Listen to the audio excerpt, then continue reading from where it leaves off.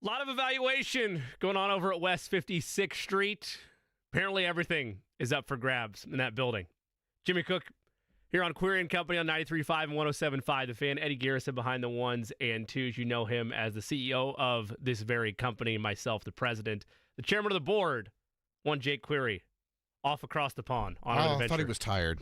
Well, he could be tired. He very well might need a break from this show. I'm certainly tired of the ongoings that are happening over at West 56th Street. We'll get into a lot of that as well, but we wish Jake a very safe and fun vacation. Scotland and Ireland tandem, right, Eddie? He's off to both places, just exploring it all over there. Yes, that's right. That's Eddie's impression of the Jake Query impression of an Irishman. I have to mix in the Scottish accent a little bit later in the day as well. Well, we've got a lot to get to throughout the week. Out of the gate, though, today, I do want to talk on where the Pacers are at. An aspect of Rick Carlisle's comments today, right, Eddie? Today or last night post-game? This morning on today the wake-up on the wake-up call with KB and Andy that I want to address and look at where the best area is for the Pacers moving forward. On the front end, I'm not worried about where the Pacers are headed. It is a slow start, but I'm still very confident in this group. But that is not the main aspect of the conversation today. It is a continuation of where the Colts are at with potential quarterback controversy. Now, all of a sudden, I want to give credit to James Boyd of The Athletic, who asked that question that you heard in the open of Shane Steichen and really putting the Colts into a position to address where things are at right now with Anthony Richardson. In case you somehow missed this in the local sports cycle yesterday, Shane Steichen addressed where Anthony Richardson was post tap out, post get me out of the game, post I'm tired. And as you heard there, basically mentioned the fact that for them, it can't happen, but it had nothing to do with their decision to now be evaluating everything. Depending on what camp you are as a Colts fan, if you're a fan that feels like they need to win now, that a playoff spot is still within their grasp, and you're of the mindset that they should be winning at all costs, then maybe you're in that camp where evaluating everything should be top of mind for the Colts. That making a change to an aged quarterback in Joe Flacco, who you've seen where his clear ceiling is, will be the right decision for this franchise. The other camp of Colts fans, assuming you're not apathetic and done with the season where things stand, I would hope that's not the case given the fact that they are still in the playoff hunt. They're sitting right there at 500. Their margin for error from one of those playoff spots is certainly smaller. We'll get into that as well. But they're fighting for the 7 seed and in a battle with teams that aren't really that much better constructed than the Colts in that regard. Certainly the Ravens are. The Steelers probably are, at least from consistency on a week-to-week basis. I don't know about the Broncos. I think there's fool's gold there. The Chargers are in that mix, so on and so forth. But the camp that's still invested in that is Anthony Richardson and what this year was supposed to be about. And it was supposed to be a developmental year for your young quarterback on a de facto rookie season who last year couldn't stay healthy. And so far through this season, yes, he has missed a game or two, but he has largely done that part of the equation. We talked ad nauseum about the tired comment yesterday. You heard Jake's thoughts on it. You heard mine. It's inexcusable. There's no place for it at any position, let alone the most important position in the sport, because it sets a bad example. It sets a bad precedent. It makes you come off as unserious as an organization. Eddie, I believe we have one of these clips. Shane Steichen addressing with Anthony Richardson, or addressing to the media about Anthony Richardson, them talking with him about taking himself out of the game and why that's unacceptable.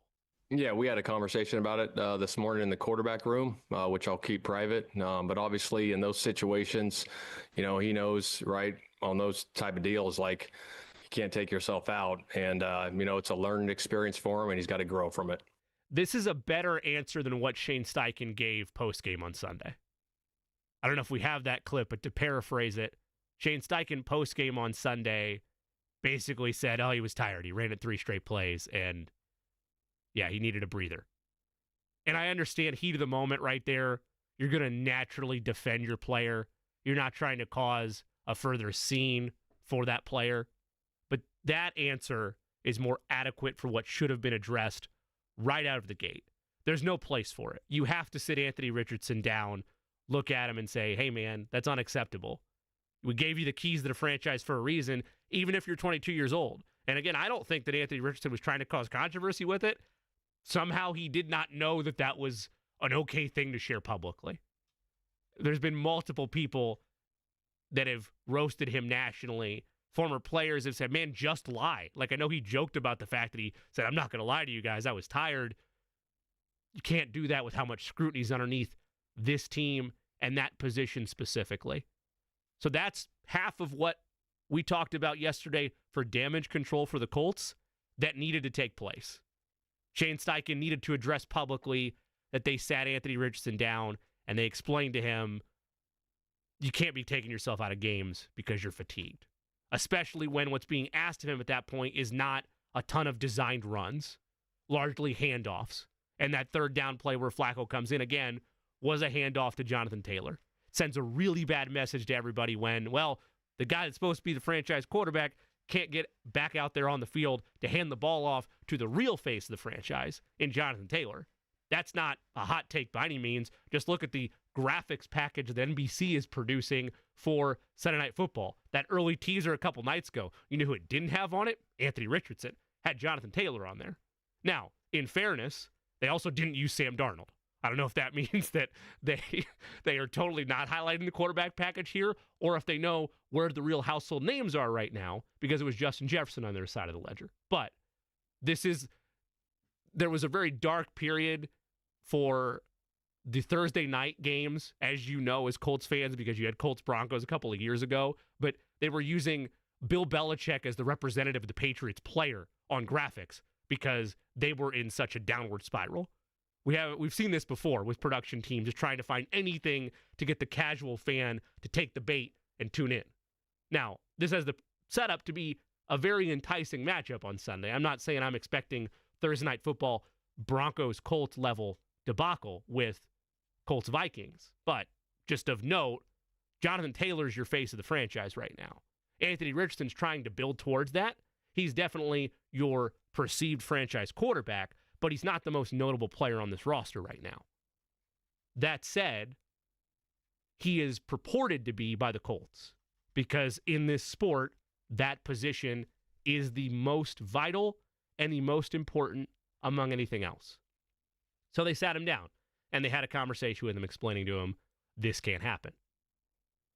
The next step in damage control for me is whenever availability is for Anthony Richardson, tomorrow, that's tomorrow.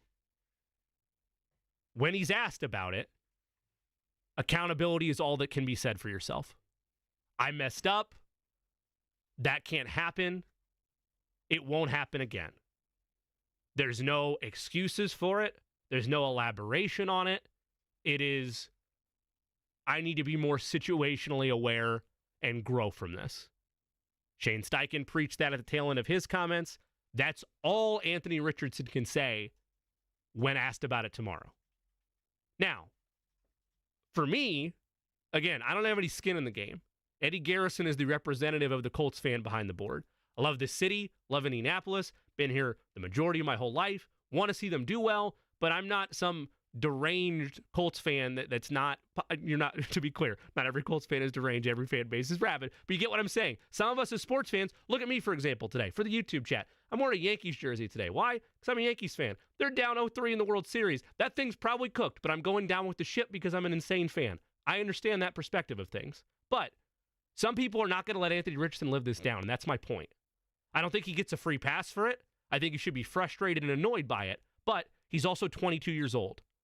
He deserves the opportunity to grow and learn from that moment because it's a bad look. It's as tough a look as you could have in a sport that does demand excellence, but the bare minimum of it is don't get tired and certainly don't share that publicly mid-game that you're tired.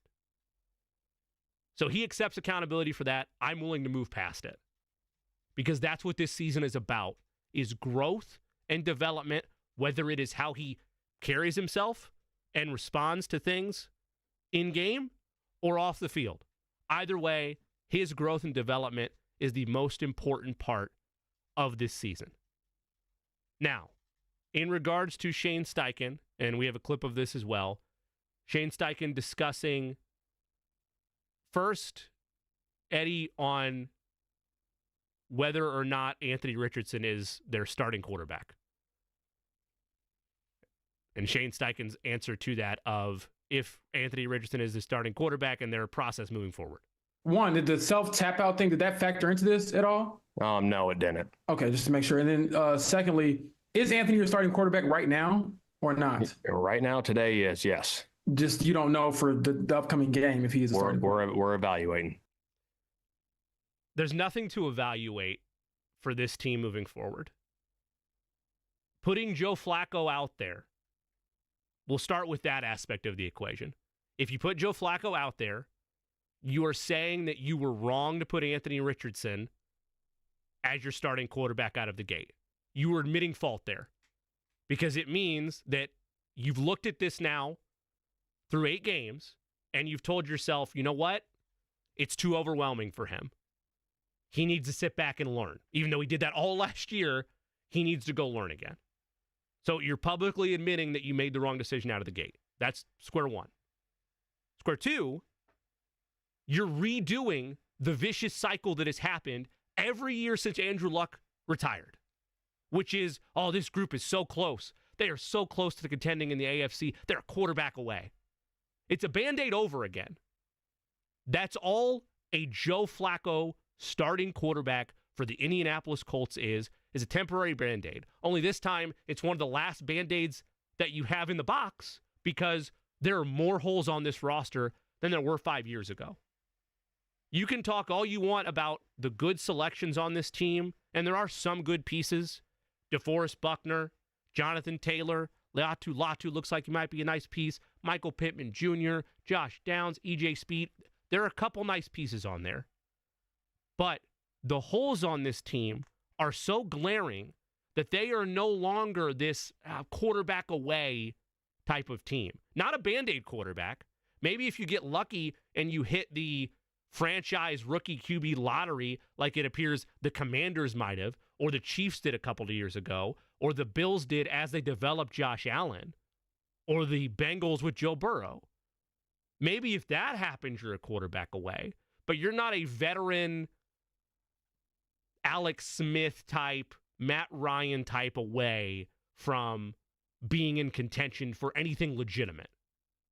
Now, if it's a short-sighted aspect, like there's pressure internally that they need to win right now, that they need to go contend for a playoff berth, because that's all it is right now. Even if it's Joe Flacco, you've missed your boat. You've missed your boat to win the South right now. The only way the South comes back into play is injuries to the Texans, or they somehow become a worse football team and self-implode. That AFC South dream died on Sunday. And I would have been willing to hear out a Colts fan or two about the idea of ending the division title drought that's been going on for a decade. Then I would have been like, okay, I guess I get it. Like, winning a division is an accomplishment. You get a home playoff game, and that's always the first checklist item for every team in the National Football League that has legitimate hopes of winning a Lombardi. You start with your division because of the natural progression that occurs with that. You win the division, you get a home playoff game, perhaps you're setting yourself up for that elusive first round bye, and then everything gets moving on from there to try to make that run for a Super Bowl title. So I would have been able to entertain that, even though, again, you look around the rest of the AFC playoff picture, the Colts are not a team that I view as a threat to anybody in terms of playoff matchup and having a legitimate shot at a Super Bowl this year. They're just not. So the division argument's off the board. Well, okay, maybe you want to go ahead and make the playoffs and you want to squeak in as a 7 seed and you'll play Houston again, who you play close the last couple of matchups, but you just can't seem to get over the hump. A feeling that Colts fans would stiff arm many a team back in the glory years of the franchise. Now you're on the other side of that shoe. Okay, well, maybe you're fighting for the 7 seed. The addition of Joe Flacco to this roster with where it's currently constructed right now And the combination of your next 3 or 4 games that are on the schedule is not enough of an increase for me from a stability standpoint or from a win probability standpoint to turn the keys back over to Flacco or turn the keys over to Flacco for the first time this year in a manner where Anthony Richardson is not hurt. That's just the Joe Flacco element of it. I think he's a fine backup quarterback. Jake likes to use the spare tire analogy. I'll use a best if consumed by or expiration date on your milk carton. Like, that's how backup quarterbacks are. Eventually, at some point, take a swig. It's like, that's gone. We need to toss that. We need to put that back where it came from. That's how I view backup quarterbacks. Joe Flacco, a Super Bowl champion, an incredible career, by all accounts, wonderful human being, but he's not a franchise quarterback anymore. So that's what you're getting with this whole evaluation of everything just on the Flacco side of things. The Anthony Richardson side of things is devastating. Devastating for the Colts, devastating for the fan base, and certainly devastating for the development of Anthony Richardson. When you give a quarterback the keys to the city or the keys to your franchise, I don't care how old the QB is, whether he's a rookie, whether he's been around for 2 or 3 years, whether he is a seasoned veteran. There's a certain level of trust and communication between coaching staff, front office, and that player of this is your team now. We believe in you. You're going to take us to the places that we want to go. You take that away mid-season, you're reversing course on all of that goodwill and faith that you put in the quarterback. You are now making that quarterback second guess himself, start to doubt himself, and now whenever you give him the reins back, he's going to feel like he has to press and overcompensate because there's always this hook dangling behind him of when are they going to jettison him out of here for the backup quarterback that might help you win 2 more games. I've seen it happen before. You've seen it happen before if you're an NFL fan, where teams decide, you know what? Sam Darnold's not cutting it for us. Josh Rosen's not the answer. We're going to move on somewhere else. For Anthony Richardson, the player, he could have a successful career potentially in the NFL, but it won't be here if they do this. You'll break him as a player if you bench him and decide we were wrong out of the gate. He's not ready. I saw a couple comparisons online yesterday to what happened with Jordan Love. Well, the Jordan Love scenario, from their standpoint, was a different timeline with where the Packers are. And if I'm not mistaken, and Eddie, correct me if I'm wrong on this, I believe Aaron Rodgers was hurt then as well. This is back 3 years ago. I believe that was before he was on the Jets. He was still with the Packers. Yes. So it wasn't like Jordan Love was handing the keys like, hey, go ahead, kid. It was, we need you to go out there. Not to mention Jordan Love was a starter at Utah for, I think, 3 seasons. Sure. Correct. And we'll get into that as well today. I understand the logistics are different from Anthony Richardson's perspective because of the lack of starts there at Florida. But with Anthony Richardson, it's not a matter of being mentally soft. It's a matter of, I've seen it with countless quarterbacks in his same shoes. When you take away that trust, more often than not, the quarterback's never the same. Or he's the same at some point down the line with a different organization that reinstills that belief and that trust in him. There's been enough highlight accounts of the Colts-Texans game over the weekend. If you haven't seen this, they're all over Twitter. I know that Stephen Holder, who is going to join us a little bit later in the program, covers the Colts for ESPN, has highlighted this as well. The numbers on Anthony Richardson are bad. There's no way to sugarcoat it. He is last in the league in completion percentage by a wide margin. And you look at historic numbers for him with where things rank up. Among qualifying quarterbacks, Jamarcus Russell, Tim Tebow rank ahead of Anthony Richardson for completion percentage if the season ended today. Yeah, I know Tim Tebow won a playoff game, but not a successful NFL quarterback. Jamarcus Russell, famously one of the biggest busts in NFL history. So not a good group to be a part of, admittedly. But when you go back and look at the film against Houston, he was not the beneficiary of any legitimate help from the Colts. And there's a lot of different areas where they failed him on Sunday. From his standpoint, are there moments where he's pressing or he's overthrowing or it's a mechanics issue? Yes, that's still happening. And on the other side, we'll get into this a little bit more about where he was let down and where he was failed. But the whole reason to start him this year out of the gate was for those to be ironed out and him to be allowed to fail and struggle and make mistakes. Now, I don't think anybody anticipated it would be a fatigue or a work ethic standpoint that he would have to learn and grow from necessarily, or a self-awareness of what to say and what not to say in a media setting. But the product on the field itself is incredibly raw. That's the only reason they drafted him, was because of the high upside and his raw ability. And I tell you what, I know the completion percentage is down, but look at the yards per play. And when he connects, boy, he can be an elite weapon in the National Football League.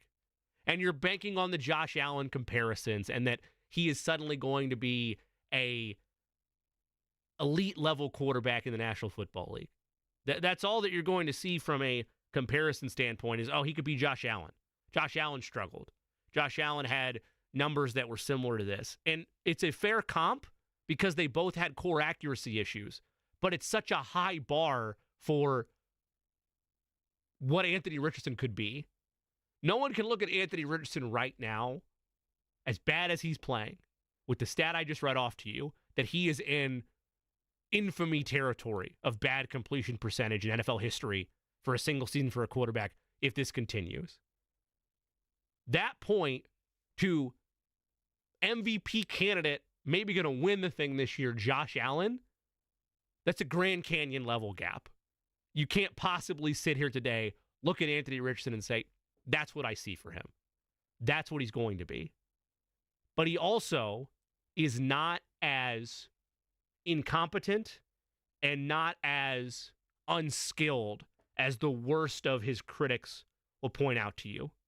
There have been many instances this season, no more so than that Texans game, where he was let down by pieces around him or by the situations he was put in.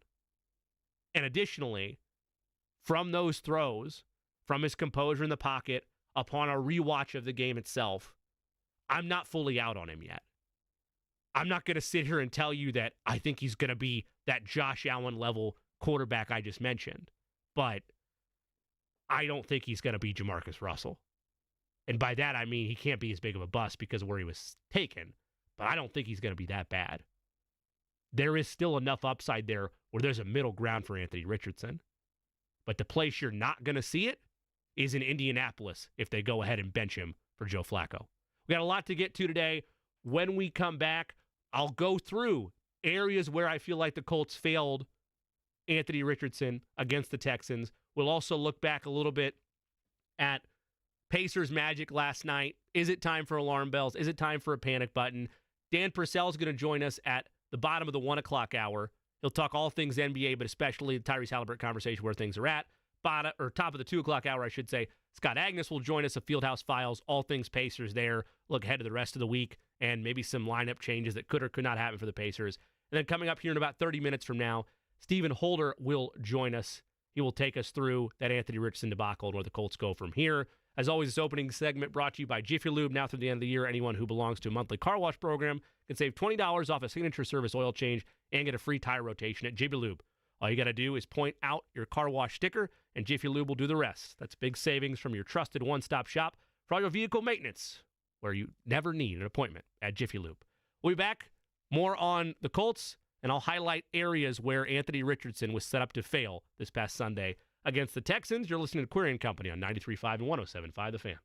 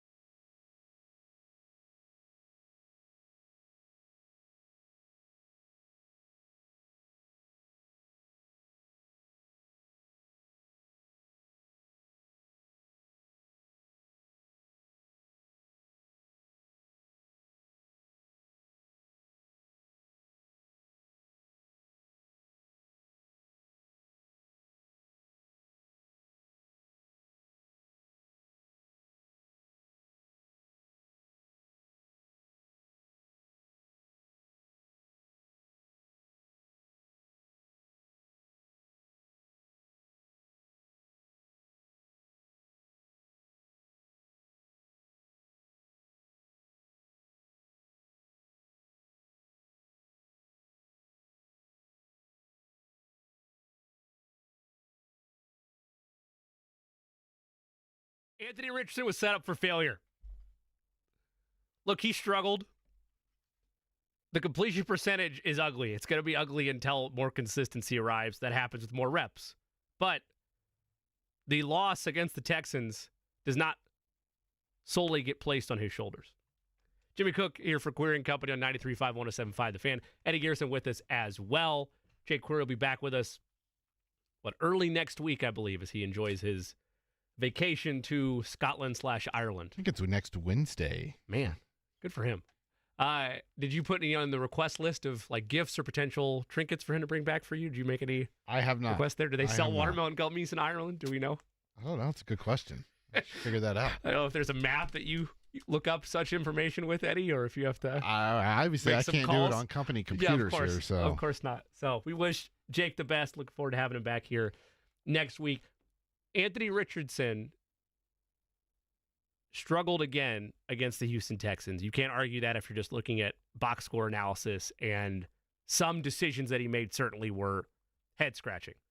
Whether or not he was the one that he ultimately is the one throwing the football, sure, but the play calls and some decision-making were head-scratching to me.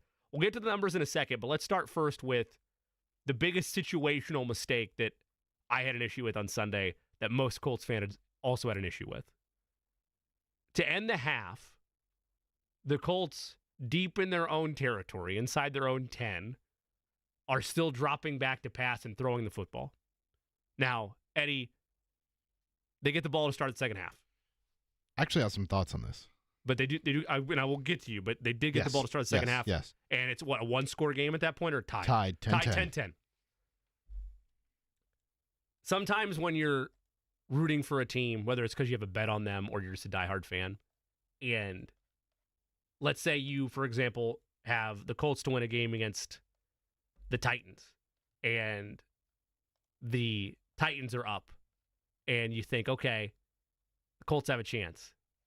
And Richardson, for example, throws a pass, and it's through the defender's hand. It's nearly picked off. You're like, okay, we're still alive.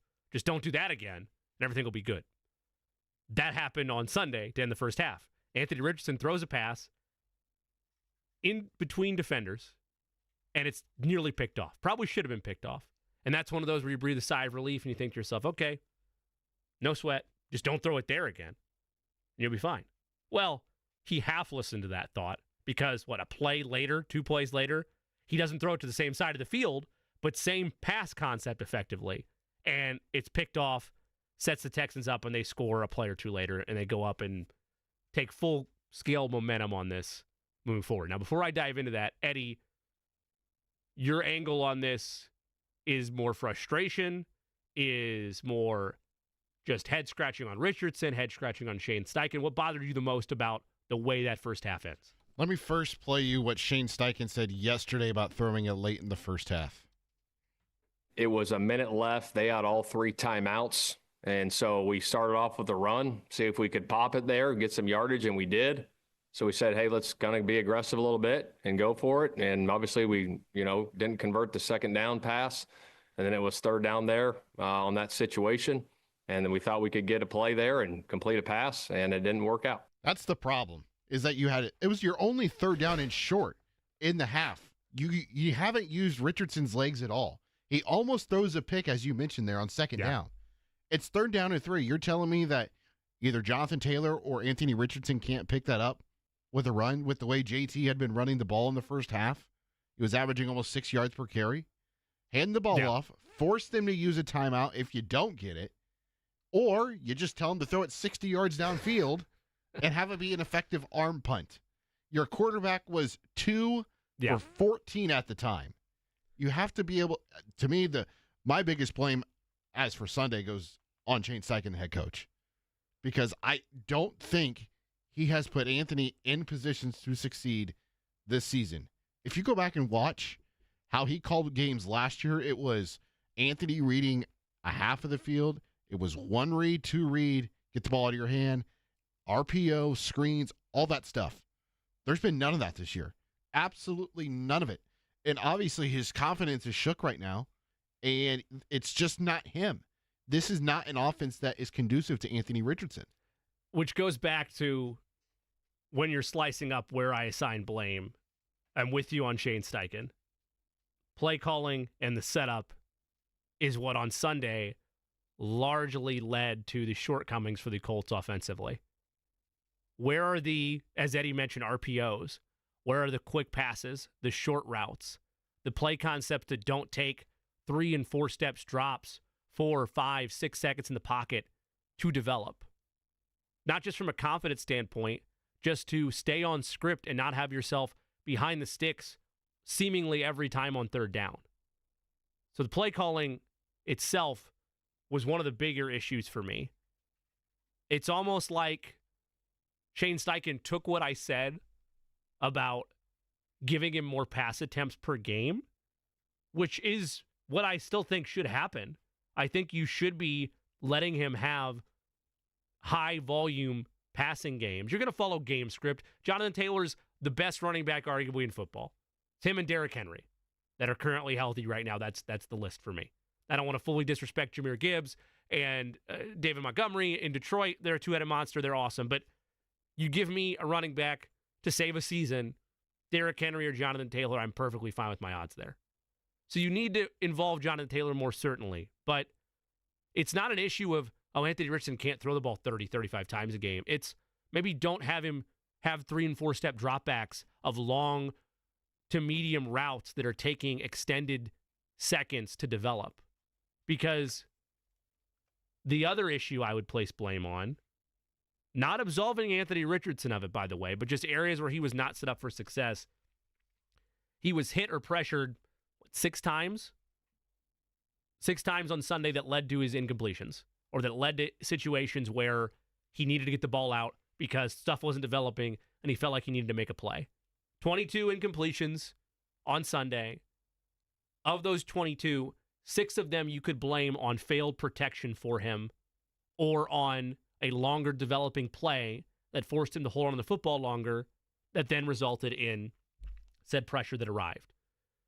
The other area, and this is less on Shane Steichen and more on, even as much as I want to praise some of the Colts receiving room because of how bad it's been in years past, you can't have the dropsies. Maybe one guy can. You can't have it across the board. You name a Colts player that was a target of an Anthony Richardson pass on Sunday, there's a good chance he's on the list of players that dropped passes from Anthony Richardson. And it's not just the deep shot to A.D. Mitchell. And he was a multiple suspect of drops, unfortunately, on Sunday. It's a quick pass to the sideline to a Will Mallory. Or it's Michael Pittman Jr., who I will give some pass to because he's clearly not 100%. And Michael Pittman Jr. has more than earned his stripes in the National Football League. I'm not going to question his work ethic, his ability as a NFL wide receiver. But when you're playing through it, it doesn't fully absolve you of blame. You can understand it a little bit more, but you don't look at it and say, oh, well, that's okay. At least he tried. At least he gave it a good effort. No, these are drive killers. A play, if you're going to design it as football made contact with wide receivers' hands. Some, you could argue, an overthrow or two. For the most part, just straight drops. 22 incompletions, 8 of them hit wide receivers in their hands. You flip-flop any of those 2 metrics, either simpler play concepts or giving him more time from a protection standpoint, plus all the drops that happen against the Texans. You're looking at a high-level growth day from Anthony Richardson. That's a day where he made the right reads. Sure, he had the interception in the first half, but he bounced back from it. And had the fumble, too. Yeah. But you can't tell me that if it's a better completion day for him, with as close as that game was, that they don't have a better shot to win that ball game than they did at the end. And if the winning happens along the way, you're certainly thrilled by it.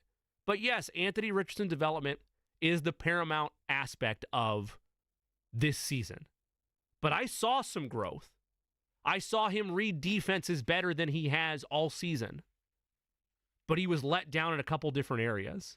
And if you're Shane Steichen and you're looking at ways to get him confidence and have him continue to grow as a passer, it can't be continuous, long, deep shots / deep developing plays that are causing him to lose confidence, as Eddie pointed out.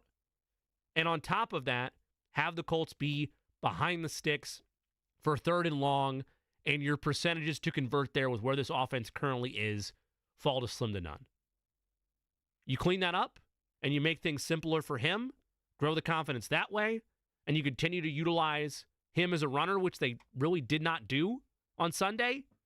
That's a recipe to have your development cake and eat it too by succeeding over this tough stretch and gauntlet that they have upcoming. Limiting Steph Curry, right? That's what they're doing? Yeah, look, I laughed at the comment at the time, but it was Shane Steichen's comment. As Eddie pointed out, he said, you're not going to take the three-pointer away from Steph Curry. Well, they're kind of taking it away from Steph Curry. That needs to be reinvigorated in this offense.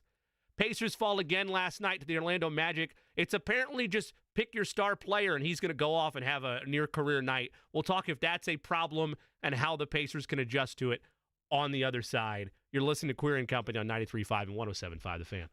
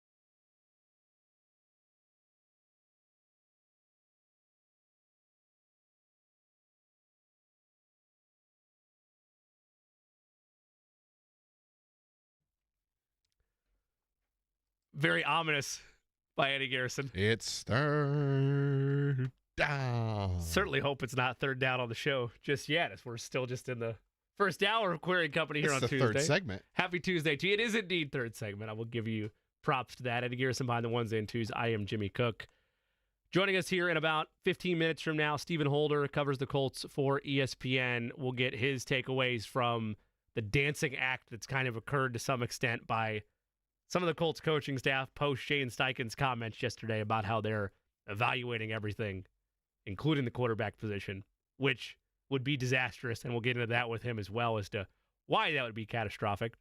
But want to circle back to the Pacers a little bit here, and we'll get into them more in the 2 o'clock hour. Scott Agnes, Fieldhouse Files, is going to join us.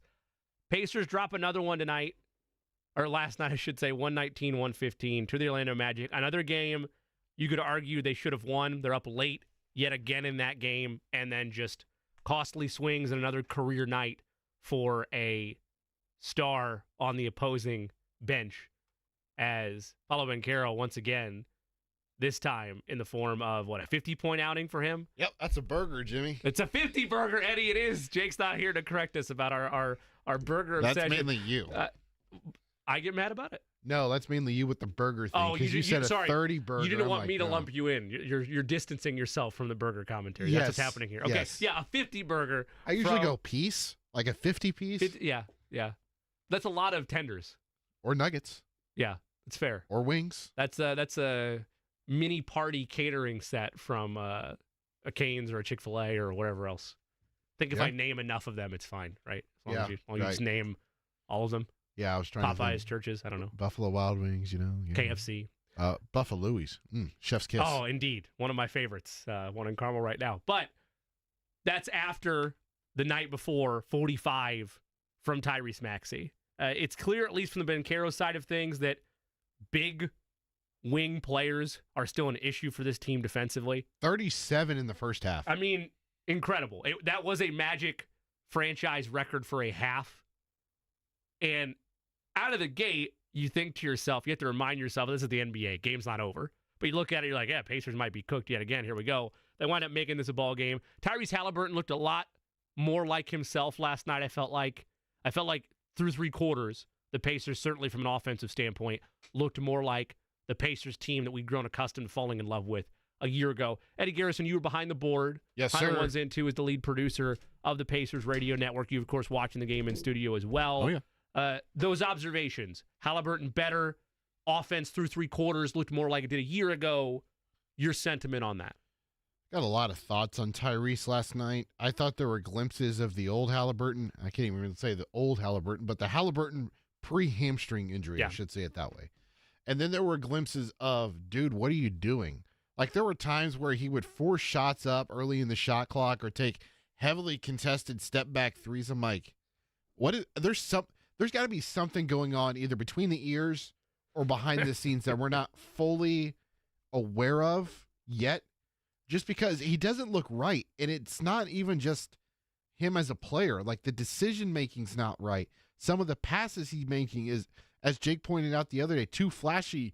You're in the final minutes of a game and it's a close game and you opt to try and elect to do a behind the back pass and then you turn it over late in the fourth quarter because you jump, you leave your feet, and you're trying to make a no-look pass into the corner, leads to a steal, and then Orlando gets a fast break going the other way, and I think that actually gave them the lead at one, and then they eventually added another field goal before they tied it up late with a Halliburton three, and then the offense went ice cold the final 3:17. The only points that were scored were the Halliburton three. In the positive sign for Halliburton, the struggles out of the gate were so bad that the way he's played the last two games, you hope is rounding into form, getting rust off of it. 1 of 17 from beyond the arc through the first two games of the season, and now it's felt like he's gotten into more of a rhythm. Eddie's right, there's still stuff there that is head-scratching, that's questionable, that you hope gets ironed out, but finishes with 19 points, 6 of 15 from the field. He has 10 assists. He's a rebound shy of a triple-double. And the double-double machine is what Tyrese Halliburton was for the large part a year ago. So that's a positive to see. But the other element of this team is that if they're not able to get through four quarters, the level of pace they showed through the first three yesterday and what they showed for the vast majority of last season, this is going to be a rough stretch out of the gate for them. I'm not going to, wave red flags and say that the season's in jeopardy by any stretch of the imagination. For most NBA fans, or at least the casual ones, you're not starting to really get a feel for what your team is until the unofficial opening day of Christmas Day. Like, if the Pacers still look like this then I'm going to have a conversation about, well, are they in a funk? Do you need full-scale changes? Is it time to change up the lineup itself? But for me, Eddie, offensively for the Pacers, if that comes back, they're a top 5 team in the association. I almost said league there, but I didn't want you to go on a rant for me about how much you disdain me calling it a league. They're a top 5 team in the league if they get back to that offensive pace they were a year ago. The idea that they could be bottom half of the league, just an absolute nightmare. Never could have possibly envisioned that. But defensively, this does not look like a group that, through 4 games, I'm not putting panic button out there yet, doesn't look like they've taken a step forward defensively. And I'm not even talking about the fact they've let 2 players go off for 40-plus on a nightly basis. I mean, as a whole, they don't look any better as a defensive unit than they did what the problems were a year ago. Did you expect them to be better? I hoped, maybe naively, Where? To see more or how, of, I should say. I expected to see more consistency, especially from a rotation standpoint, for what you saw in the playoffs, where I'm not asking them to be elite level defensively. What I was looking for from them was more that middle to middle half of the pack that they ascended to in the postseason.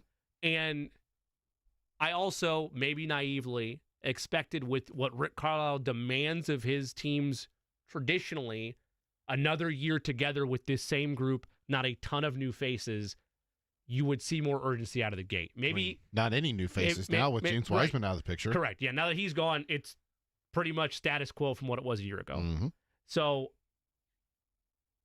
and on top of that, from a status quo standpoint, again, 1-game sample size, but McConnell had his lowest minutes logged yesterday in 2 years? It was or since the early goings of last season? Yeah, fewest since December 21st last year when he played 4. There's another element of this Pacers journey that I do want to get into. I'll get into it in the bottom of the 2 o'clock hour, the bottom half of the 1 o'clock hour, that I think needs changed, but we're up against it as things stand. So from my standpoint, Eddie, on the Pacers through 4 games, I'm not concerned about where things are headed necessarily. I liked what I saw through 3 quarters of basketball from an offensive standpoint, but I still need to see that on a more consistent basis. If you don't clean it up somewhat defensively, though, and you're giving up 40 a night, you're going to be in trouble. Yeah, I agree with you there. The reason why I have concern, at least this early already, and yeah, it's 4 games of an 82-game season, so where would you mark your concern? Left. Concern like they're going to have, from a win-loss standpoint, a worse year than they did a year ago, yes. Or concern in terms of their overall standing in the I think they have hunt? a worse. Right now, if I had to answer your question, I would say probably in the aspect of they having a worse win-loss record than a year ago. Because how many times have we seen it? Sacramento last year, they were a team 2 years ago that was really good offensively, but is sieved defensively. Kind of like the same MO with the Pacers. And if you lose any of that efficiency as an offensive group that made you so explosive last year, and the reason why you won so many games, and your defense doesn't improve, then it's a little bit of regression toward the mean, and that could be what's happening right now. And the only win of the season came when Benedict Mathurin was on the floor and decided to take over the game against Detroit. And that is, again, a telling aspect of areas where I might like to see some changes for the Pacers. They're next in action tomorrow night when they host the defending champion Boston Celtics. Who look really good. Yeah, that might be staring 1-4 in the face. We'll get into that more a little bit later with Scott Agnes. But when we come back, the Anthony Richardson roller coaster has gone from an on-field product to an off-the-field product, as the Colts are apparently evaluating everything. We'll discuss what that means, why it could be cataclysmic if the wrong path is chosen, with Stephen Holder, Colts beat writer for ESPN. Next, you're listening to Query & Company on 93.5 and 107.5 The Fan.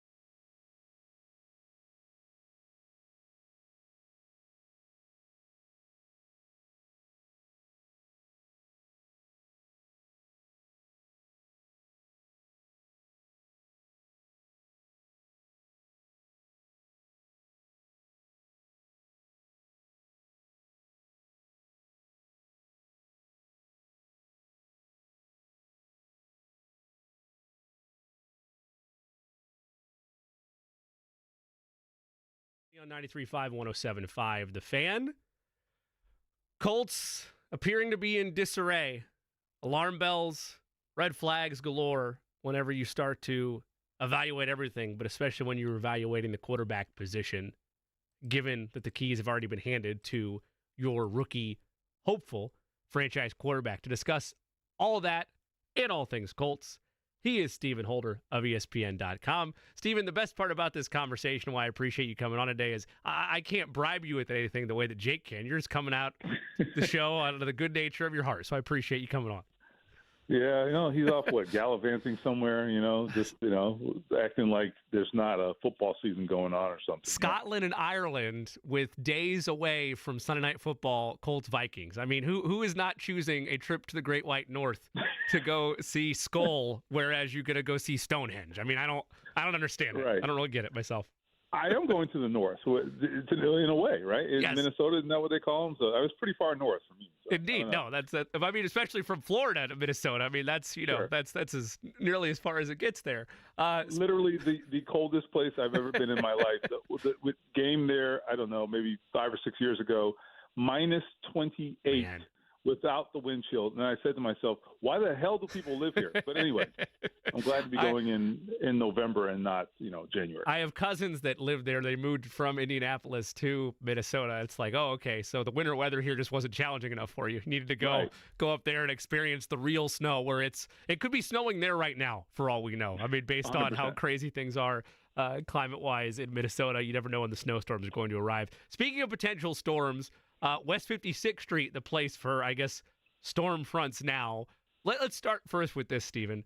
Do you ever think there'll be a moment when you're on the beat where quarterback conversations are just normal? I was just about to say, before you finish your sentence, why can't they just be normal? That's all I want. I just want something normal. I want to wake up on Sunday and know who the quarterback's going to be. I'm a simple man. I don't want a lot. But I will say this. If Anthony Richardson is not the guy, then no, there will not be normalcy for probably some time to come. Because anyway, they don't have any certainty right now, clearly in terms of this week. And so if there's not certainty right now, there's a good chance there's uncertainty beyond this week as well. There's not a scenario where I change my stance based on your answer, but I do want your observation on it as someone that covers the team regularly. If they bench him, it does a number of different things. But if they bench Anthony Richardson after giving him the keys and saying he's the starter, and you give it to Joe Flacco, and let's say the messaging is, oh, he gives us the best chance to win, that to me is a public admission that they were wrong to put him out as early as they did. Am I too harsh on that, or is that pretty plain and simple there? Well, I would say I don't know if that's the message it sends for me, but I think I would have a related takeaway. My takeaway would be that you are punting on him, and I don't think they put him out there too early. I think if you put him out there early, though, you had to do it with the understanding that you got to buckle your seatbelt because you didn't have enough. You didn't have enough of a resume to know what you were going to get from him. It's very easy for people to look at C.J. Stroud and Jaden Daniels and quarterbacks who have, far more experience and say, well, these guys are developing just fine. Yes, because their careers have been much different than Anthony Richardson's. I'm not telling you it's going to work. It's not working currently, but we also have 10 games to go by, and that's fewer games than Zach Wilson started with the Jets before Aaron Rodgers. I'm not kidding. I actually looked this up. Zach Wilson started 22 games. They gave Zach Wilson 22 games. Zach Wilson is a terrible quarterback.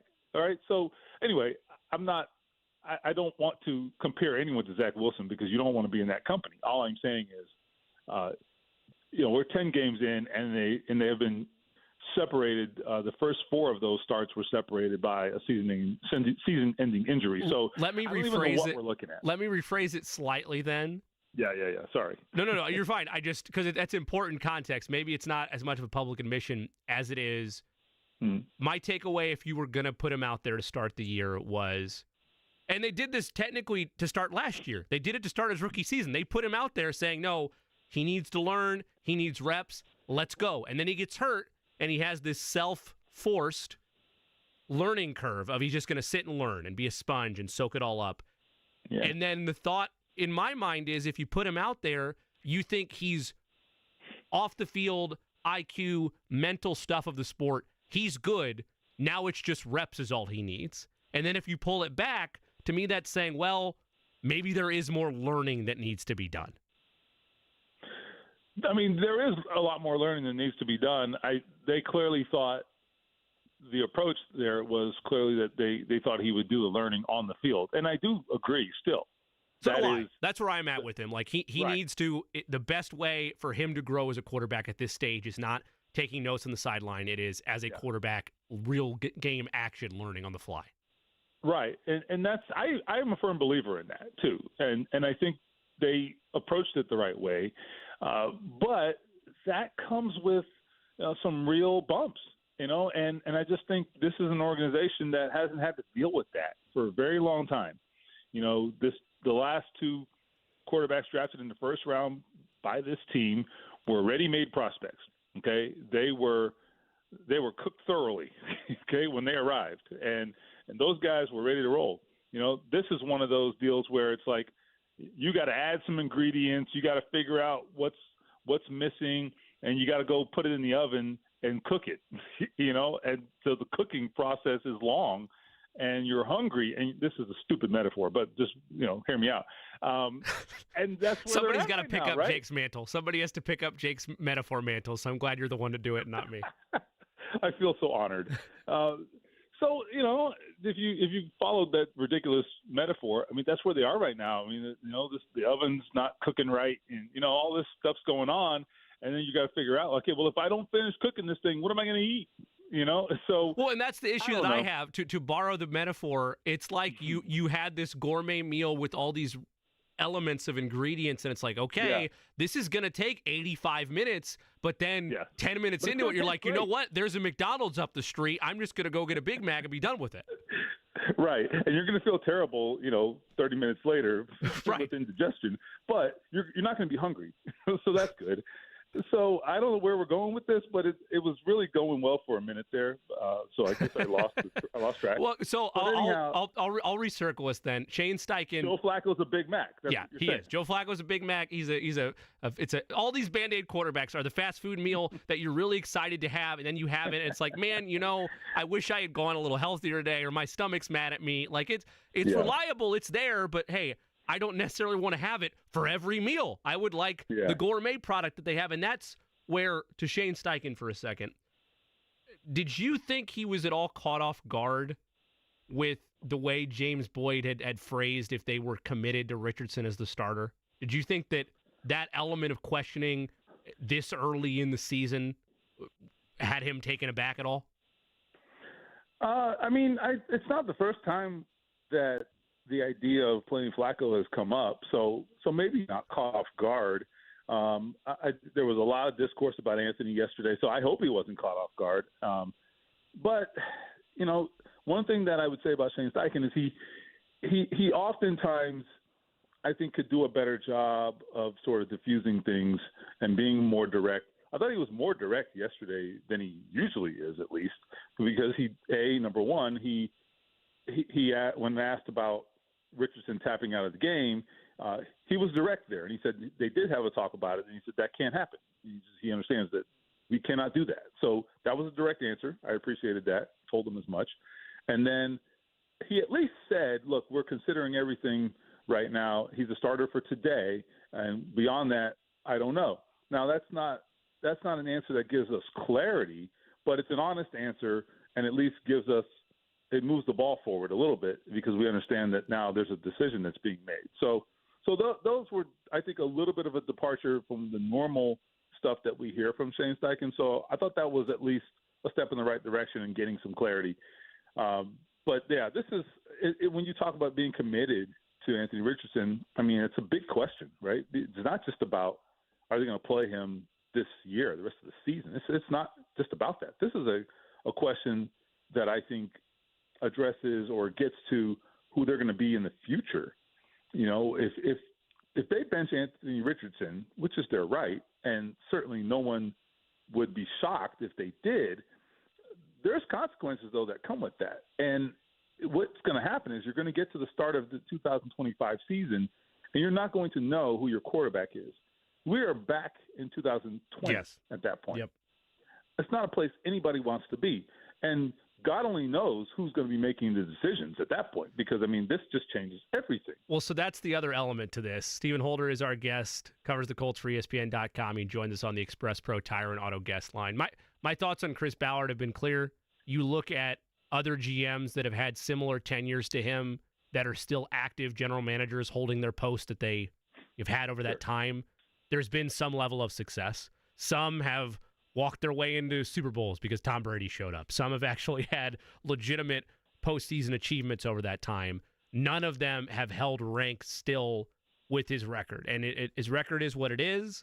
You could make the argument there's been bright spots in player development, and there's been glaring issues of, is he building a team the right way? But one thing that can't be argued is this was his selection. This was his swing as a general manager of, okay, we're getting the franchise quarterback. We're done with the Band-Aid.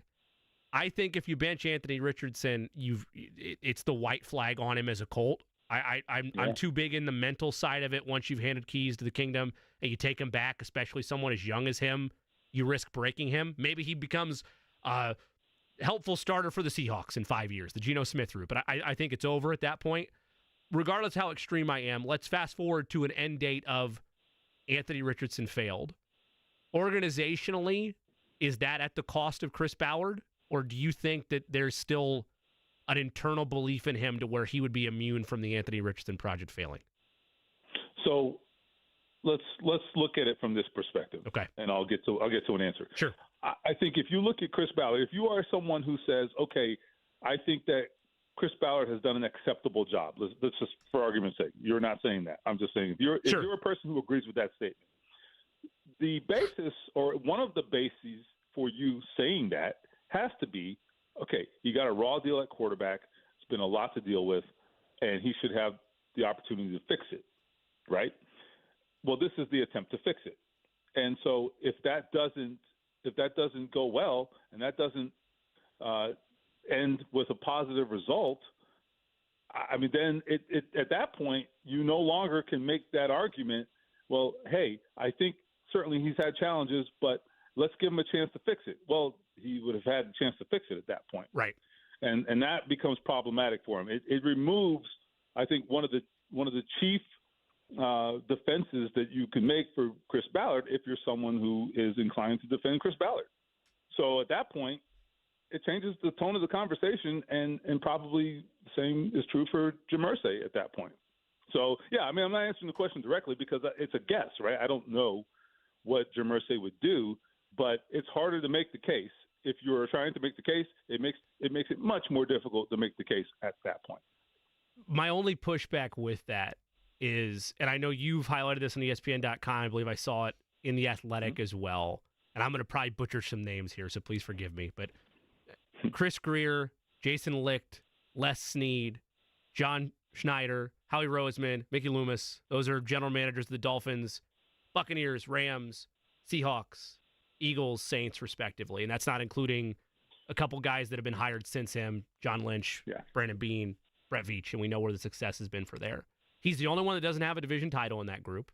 He's the only one of that group that has less than 3 playoff wins, and they haven't been to a Super Bowl or been to a conference title game over that stretch. And there is some point, Steven, like, I'm not going to hide it. Like, I think Chris Ballard's a fine man. Like, I'm not going to, attack anybody personally, but just where my expectations would be if I'm a Colts fan is no other organization in sport, like, forget the NFL, in sport gives nearly a decade time with no substantive success and say, well, there's enough excuses built in there for a pass to be given. That's why I would think with the Richardson element of it, that if it does fail, if you swung and missed on the franchise rookie QB, what is the next area where he could fail where it's like, you know what, that's the line. That's where we've gone too far. A 2-15 season? Like, is that where the bar goes?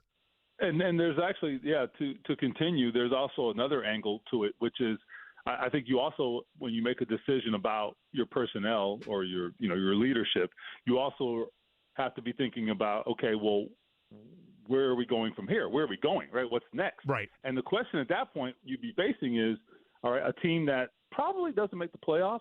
I don't know. As I sit here today, do I think the Colts make the playoffs? I don't know. I think that's a stretch. And so let's say they don't make the playoffs. Let's just Sure. work under that assumption. Chargers and Ravens get in, and they're on the outside looking in with inexplicably the Bengals and some other teams. Right. Go on. Sure. So you basically had similar results to last year, so you haven't really moved the ball. Your quarterback situation is back to square one. So where is your organization, right? And you have a lot of your best players who are starting to get older now, okay? I mean, DeForest Buckner's going to be 31. Ryan Kelly's pretty much at the end. I think his contract is up. For that matter, Quentin Nelson is in his late 20s, is Right. almost 30 years old, right? There are some real questions about where they are in the future, even taking the quarterback out of it. And so that becomes just a really hard situation to swallow. And when you think about where your team is going, if you're the owner of the football team.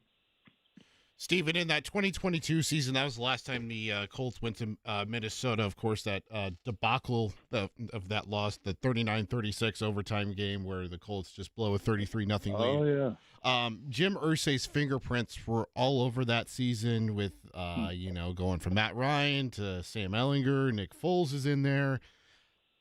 All season long so far, Shane Steichen and Chris Ballard, for the most part, have been committed to the development of Anthony Richardson.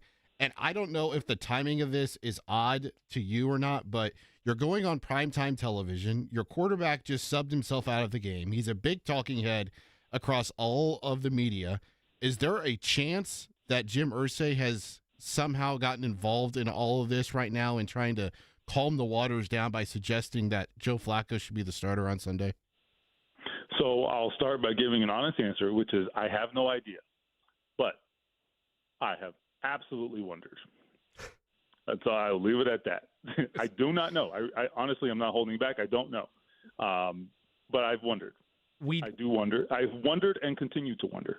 We did not. We have a segment on the show called Conspiracy Theories or Tinfoil Hats, where we play the nice X-Files sounder. We made an executive decision, Eddie and I, that didn't fully qualify for a tinfoil hat because of how plausible it actually could be. It felt like that there is a level of truth to that because of the track record. 100%. I could not agree more. You don't need a tinfoil hat to buy that as a potential conspiracy. There's no question about it. It's not even a conspiracy. It would just be like, did it happen again? Because conspiracies are things that have, for the most part, never happened, I think, right? Or they're implausible. Right. Well, that can't be true. Right. Yeah, exactly.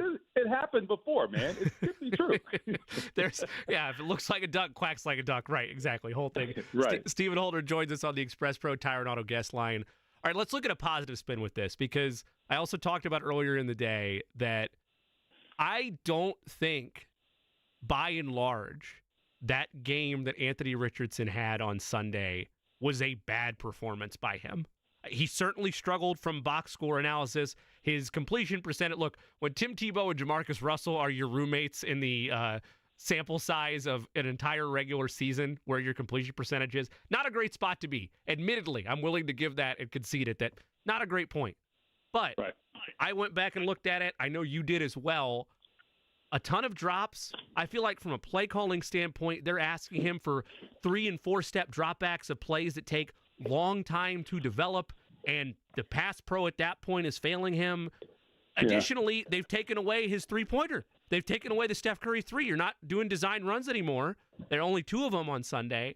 On the whole, I felt like supporting cast, take away the tired comment, because that undercuts everything. I get it. I know we can't pretend it didn't happen, but take it away for a second. On the whole, I felt like the supporting cast let Anthony Richardson down on Sunday offensively more than he let them down. Your thoughts? I think there is a scenario where if they make a couple more plays for him, they win that game. Now, the interception is unforgivable, but so too is the decision to be aggressive there. I mean, are you going 90 yards in 30 seconds with a quarterback who is having a tough day at that point? Like, I mean, read the room, man. That's the thing. Look, Shane Steichen is a super aggressive coach. That's good on some days, and in some instances, that's not good. And I think he has to have a better governor as to when to be aggressive and when not. And then if you look at the offense generally, I mean, look at how many times Anthony is in the shotgun with 4 wide, and you're basically telling the defense, all right, this is another shot play. And there's so many instances where I think you have, first of all, you have an offensive line that the best thing they do is power run block. It's the best thing they do.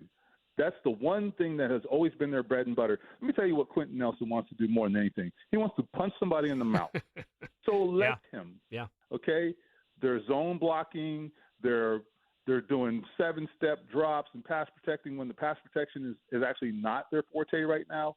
I think there are a lot of decisions and coaching moves being made right now that are not congruent with Anthony Richardson being successful. Now, I could build as much or more of a case as to why he's failing on his own. That is easy to do, sure.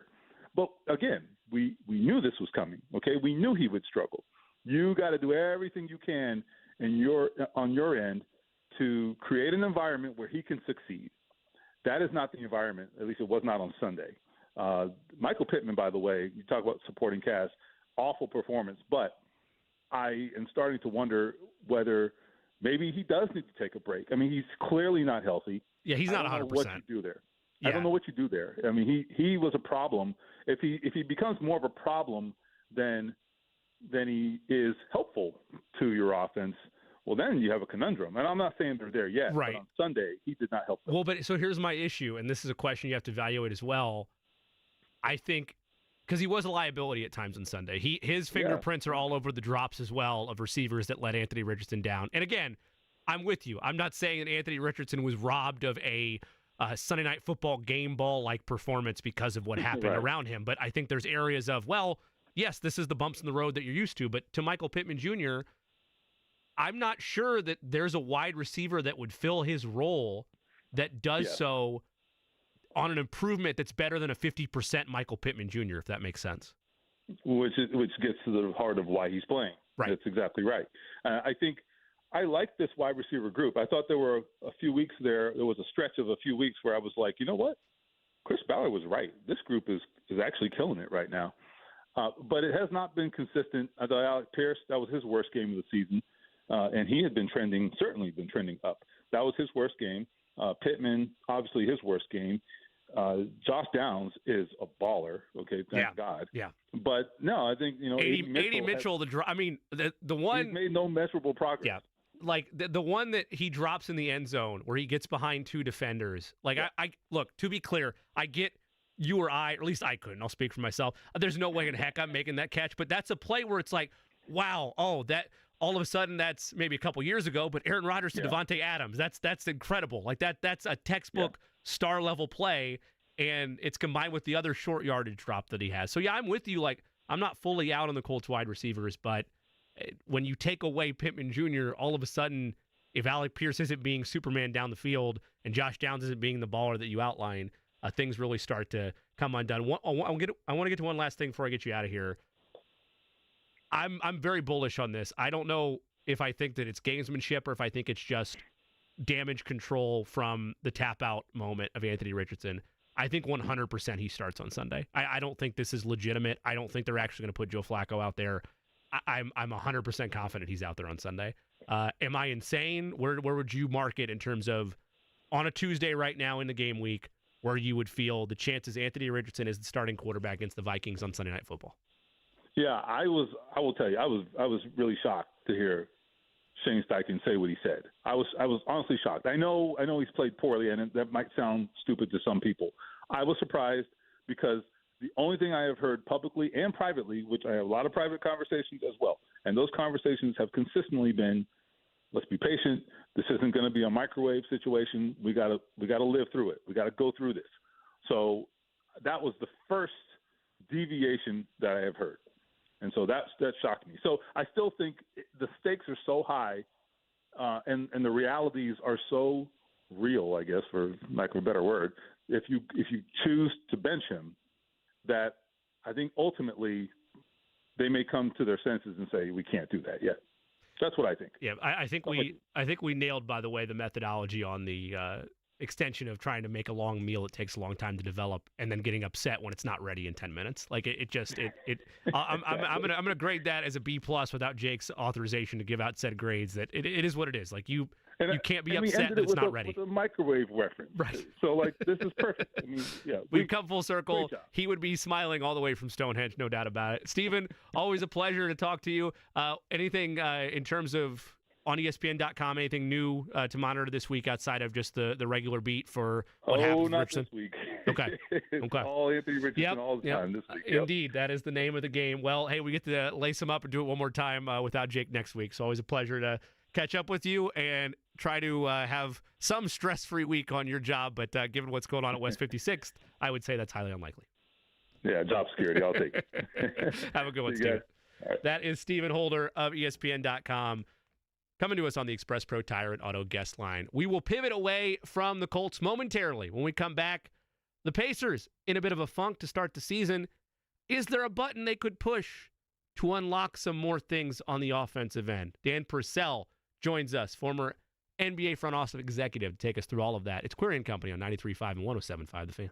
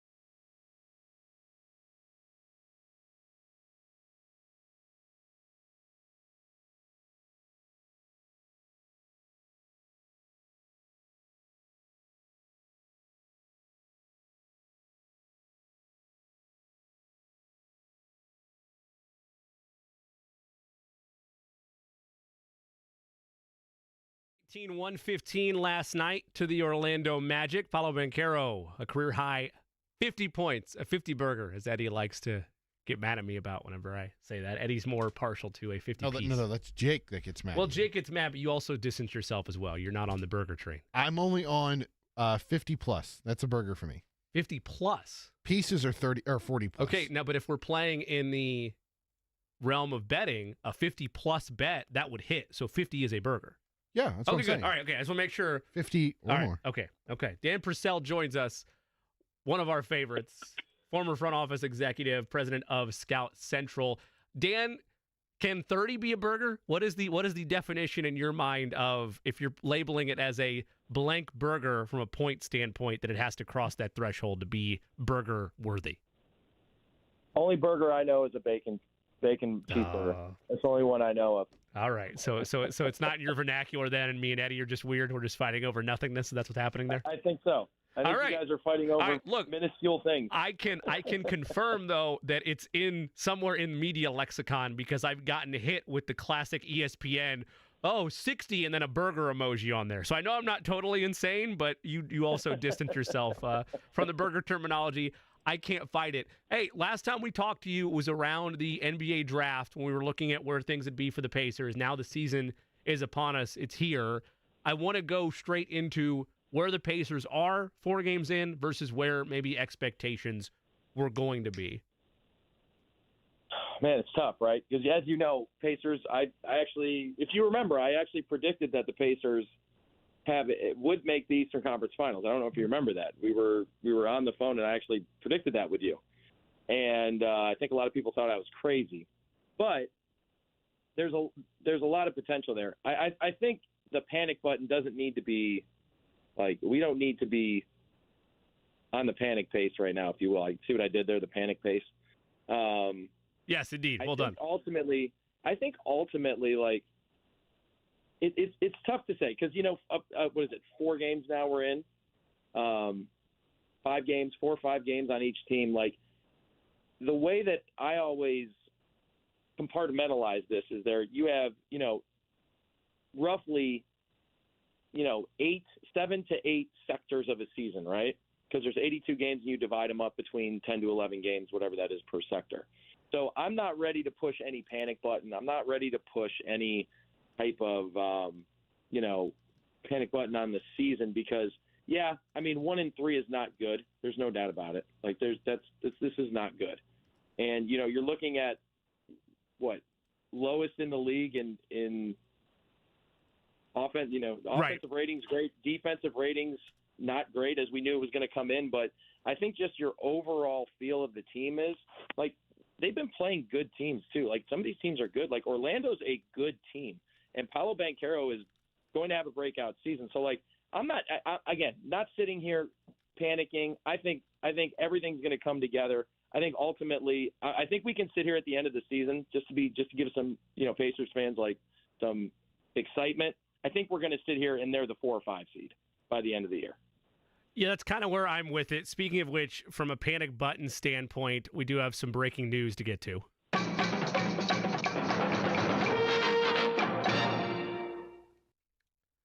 This from Ian Rappaport on Twitter at Rapsheet.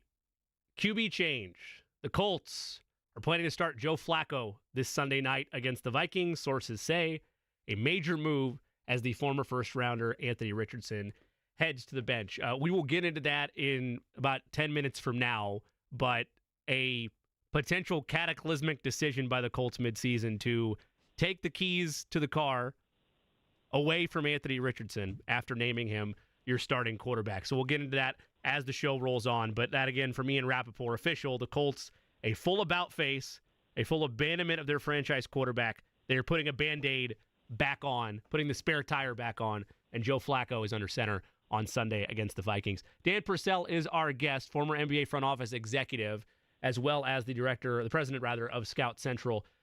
Dan, the area that I think this team needs to turn to, going back to the Pacers, to unlock further their offensive prowess, and his minutes have declined the last couple of games, in part because I think the defensive struggles are still there, and I think there's elements of Rick Carlisle being very aggressive towards the ideology that if you're not going to be able to do it on both ends, there's not a true spot for you in the rotation. I think it's time to turn it loose with Benedict Mathurin.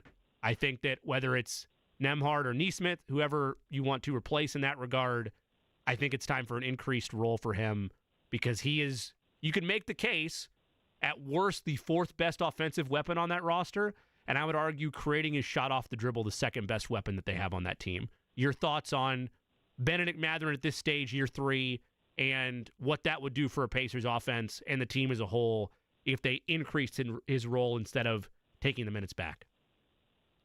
Yeah, and is it okay if I throw a little comment on that AR? Yeah, absolutely. Benching? Yeah, for sure. So in professional sports, there's kind of an unspoken word across the board: basketball, baseball, football. If you are an extremely high draft pick or you are someone that is leading a team, the quarterback is the leader of the team because he touches the ball every single play, right? Calls the plays. There's a leadership element to that. Anytime you take yourself out because you're tired, the message that you're sending to everyone around you is that they don't have to live up to that. They don't have to be in shape. They don't have to give it their all. When they're tired, they can take a play off too. And in football, football and basketball especially, the margin of error is so small between winning Super Bowls and getting out of the playoffs that those little things you have to hold people accountable for, like he did where he took himself out because he was tired. You have to hold people accountable, and that's, I think, what the Colts are doing right now. They are holding him accountable for his actions, and if you want to be a leader and you truly want to be the quarterback of this team, you're going to have to earn it. And I actually think that's a great move. Dan, great move. I don't disagree with the sentiment on if it's reactionary to him pulling himself out of the game, because it's been a weird 24 hours, right? After the game, Shane Steichen kind of plays it off nonchalantly about how, no, he'd run the ball 3 straight plays. He didn't run the ball 3 straight plays, by the way. They ran 3 plays in a row. Maybe that's what he was referring to. But he was very defensive of his player. And then yesterday at media availability, he is more stern of that can't happen. My issue, and this is something you can speak to as well, because it's a fair point, sometimes you need to sit somebody down and let them know, hey, there's repercussions for your actions, and maybe that's all this is just a one-game benching in response to that. But if it's not, because his play has not been C.J. Stroud, Jaden Daniels, rookie quarterback set the world on fire type of persona. His play has been closer to Tim Tebow, Jamarcus Russell type percentages if he finishes the season this way. My issue is what the Colts signed up for this season was he's played in 7 games prior to this year, if you include collegiate numbers as well, and he's raw. His best place to learn is on the field. And for me, again, you've been in front offices, so speak to this element of it for me. It's a little easier maybe in basketball because so much changes on a nightly basis, but if you give the keys to somebody, especially at that position, arguably the most mentally struggling position where so much stress is on you in the form of quarterback, you take the keys. When you give them back, it generally doesn't end well. Usually once faith is taken away, it's very hard to repair. It's a two-way street. You're paying these guys money. You're drafting them high. You're telling them you are running our team, right? There's a responsibility to that. And you, as a player, in my opinion, as a player on any level, any level that you're on, high school, college, there's a respect that you need to have for the game and a trust. Just to go back to that, think about it this way. 99% of offensive coordinators would have seen that he ran the ball 2 or 3 straight plays. I guarantee you it would have been a handoff on the next play. And if he needed another, they would have given him another. Sure. So is this a reflection on AR or his lack of understanding that and trust in the offensive coordinator that, hey, he's got me. Yeah, I'm tired as shit. I'm sorry. I'm sorry. I didn't mean to swear. It's all right. It's all right. We got a dump button. That's all right. We got a dump button. Terrestrial radio. It's all right. It's all right. But I may be tired, but that doesn't give me the right to, because my offensive lineman is tired. Sure. He's been getting he's been end rushed and picking up blitzes all day. Yep. The wide receiver's been running. Dobbs has been running routes all day, hasn't gotten the ball, but he's out there still sprinting and blocking. Yes. Right? He's tired. And you can't, as a player, expect other people to follow you and give their all if you're not willing to give your all at all times. And even when it's painful, even when it hurts. And listen, it is a privilege to be in the league, any league, and you have to take advantage and show respect to that back. And if you're tired, throw up on the field. Like, that is the type of thing you have to do at the professional level. And I'm not mad at the Colts at all for doing this. They're telling him that's not leadership. You're going to have to learn leadership if you want to get back on this field, and you're going to watch a guy, Flacco, who's won a Super Bowl, who knows how to lead these guys, and you're never going to hear him say, I'm tired, and come off the field. There are elements to this of a layered conversation that we don't have all the time to get into right now.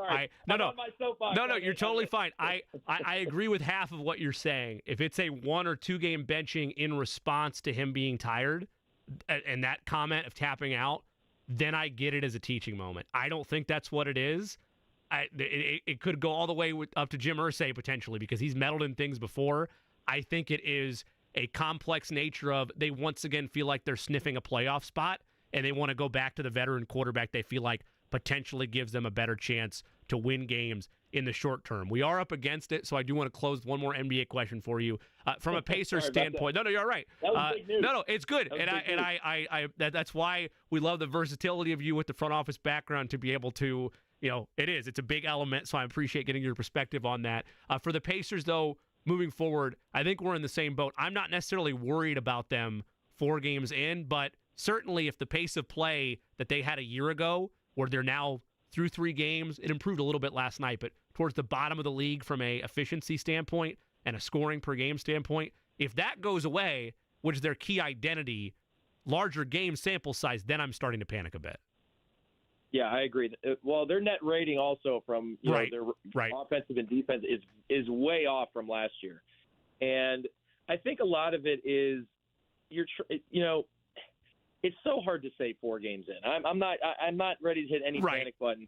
The one guy though that I actually think would be someone they really want to turn to, and maybe I could be wrong, and this is just somebody that I think would be, other than Mathurin. Obviously, Mathurin is great. Mathurin's a really good fit into what they're doing, but do you go to Jarris Walker a little bit? I think Walker could give you a little more versatility. Other people may not think so, but I mean, he's still shooting 55% from the field right now. He only plays 8 minutes a game, but he's your first-round pick from last year. I get he's got some little ways to go, and he's got that, but he might be the type of spark plug, because when he plays hard. And you might need someone who runs lanes really hard, because your pace, if they want to get back to the pace they were at, they need to play harder. And they have to, off misses, they got to finish plays. He rebounds well enough. That might be somebody that is a spark plug, and not somebody who's going to come in and play 30 minutes and be Pascal Siakam, but someone who gives you 15 to 18 minutes of really good basketball, because he's still super young and he can learn. And, I've talked to people at college at Houston, and they said the same thing. You just tell him to play hard and he'll figure it out. And I think along with Mathurin, taking the handcuffs off him is going to be freeing for him. But honestly, I think someone like Jarris would be really, really good to see if they can get some more minutes for him, to see if he can be an energy guy off the bench for now and let his natural talent take over for him. Yeah, they got young pieces to operate with, to be certain, but I'm with you all the same. I'm not necessarily panicking between 4 games into the NBA regular season. He is Dan Purcell, former front office executive and current president over at Scout Central. Dan, hopefully next time we have you on, we're able to talk a little bit more NBA. There's not earth-shattering news on the football front, but all the same, always appreciate the time, always appreciate the contributions, and stay safe out there, my man. Always good talking to you. Absolutely appreciate you. Hey, that was big news. That was big news. We had to talk about it. If we're going to talk about big news, we got to talk about big news. That's why we love you, Dan, because you adapt on the fly and you're ready for any situation. Thanks again. All right, thanks. That's Dan Purcell. Again, you can follow him on Twitter at DanP_NBA. We're going to take a quick break. When we come back, this could be a franchise-altering, career-altering for a lot of people involved decision just made by the Colts. In case you haven't heard it, we'll let you know what it was when we come back on Query & Company, 93.5, 107.5 The Fan.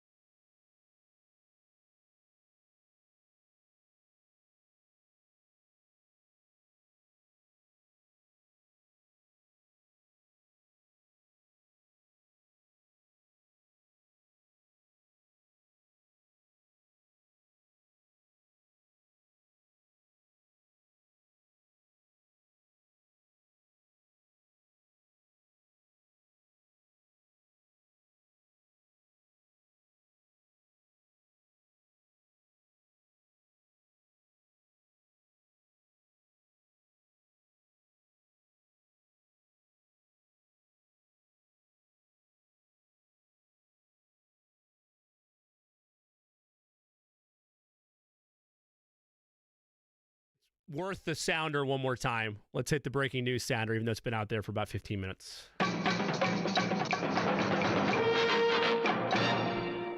The Colts are benching Anthony Richardson, making a change at quarterback for Joe Flacco. He will be under center for Sunday night's matchup in Minnesota. That from multiple reports, including Ian Rappaport and Diana Rossini. Adam Schefter adding, the coaches met this morning and made the seismic organizational decision to change quarterbacks. I don't want to be hyperbolic, but this has the potential to have a cataclysmic impact on so many different people involved. At least it should, if the Colts take football operations seriously. First off, unless, and I'll give the caveat out of the gate, unless Shane Steichen or Chris Ballard or even Jim Irsay come out in the next day and a half and say publicly that this is punishment for him tapping out of that game. If they come out and say that they are disciplining Anthony Richardson to the point of a benching because of him saying, I'm tired and I need out of the game, then I'm willing to pump the brakes for a second on that. Because that is what you want from an accountability standpoint out of your organization. I've not heard that yet. All I have right now is, here comes another spare tire. Here's the Band-Aid again. Carson Wentz is back in the building, everybody. Give it up for Matt Ryan. Woo! Phillip Rivers, yes. It's 2019 all over again.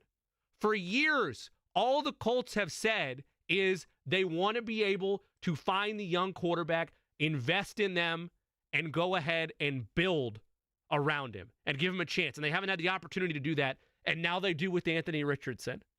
And the second there's struggles or adversity, the response is bench him and go back to the veteran quarterback that you know how this movie ends.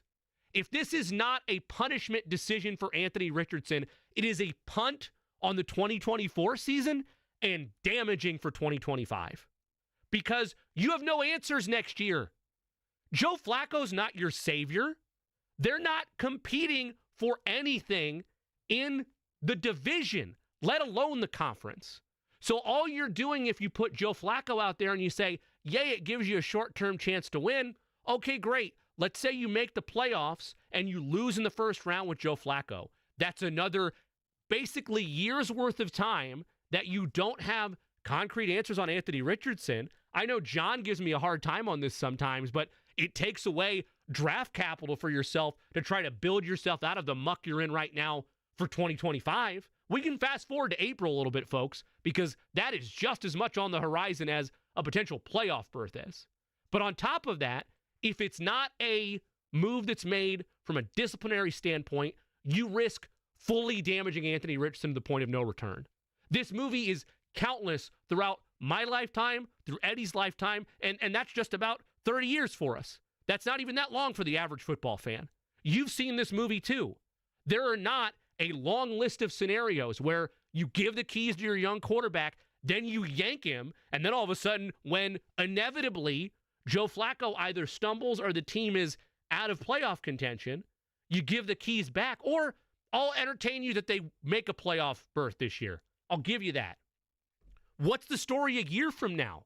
What are we talking about in training camp 2025 about Anthony Richardson? Oh, well, thank goodness he got to learn again on the sidelines, because that's clearly the issue with him. No, it's not a matter of reading defenses. It's a matter of decision-making. You could argue footwork and mechanics and reps. That is what he needs right now. If you pull him, which there's no if anymore, deciding to pull him is an executive decision that says you were wrong in the first place to start him, unless this was done as a disciplinary action. That I can get behind. Maybe they will, in the coming minutes, we're going to have Kevin Bowen. We've called a full audible here, by the way. I appreciate Kevin for the flexibility. Ordinarily, he joins us on Friday. Kevin Bowen's going to join us at the top of the hour. So maybe he will calm everything down here and say, no, this is disciplinary. And then I'm still not happy about it, but I guess it makes sense. Maybe the locker room was in an uproar because of his actions, and maybe discipline needed to be handed down. But if it's not that, accountability has to be had at a deeper level than just a benching. it calls for firing. And I'm not talking about Shane Steichen because I don't blame him necessarily in this situation. I'm talking about Chris Ballard because you had the Band-Aid train for the last 4 seasons. And then you finally have a young quarterback who you want to develop, and you panic at the first sign of trouble. Yes, 44% completion percentage is atrocious. But I am going to borrow the analogy that me and Stephen Holder cooked up last segment. It is the equivalent of thinking about this gourmet meal that you could put together that you know takes 85 minutes to make. You know it's going to take time. There's prep to be done. You have to make sure you chop up everything. You have to watch whatever you're boiling on the stove. And then you have to set it in the oven and let it finish the cooking process out. But you can't wait 10 minutes in, so you go down the street to McDonald's or Taco Bell or wherever and get a quick meal. And then afterwards, probably because your stomach is very angry at you for having a little beefy 5-layer, whatever your item of choice might be at Taco Bell. And you're like, you know what? Why wasn't I patient for the 5-star meal? Chris Ballard is the one that selected Anthony Richardson. If this decision is anything but disciplinary, it's an admitted failure on the draft pick and on the confidence to throw him out there. And if they're lucky, and this would be a miracle in and of itself, maybe they haven't broken him in the process. If it's disciplinary, great. If it is a change in direction, way more ships have sailed than who your starting quarterback is. Kevin Bowen joins us next.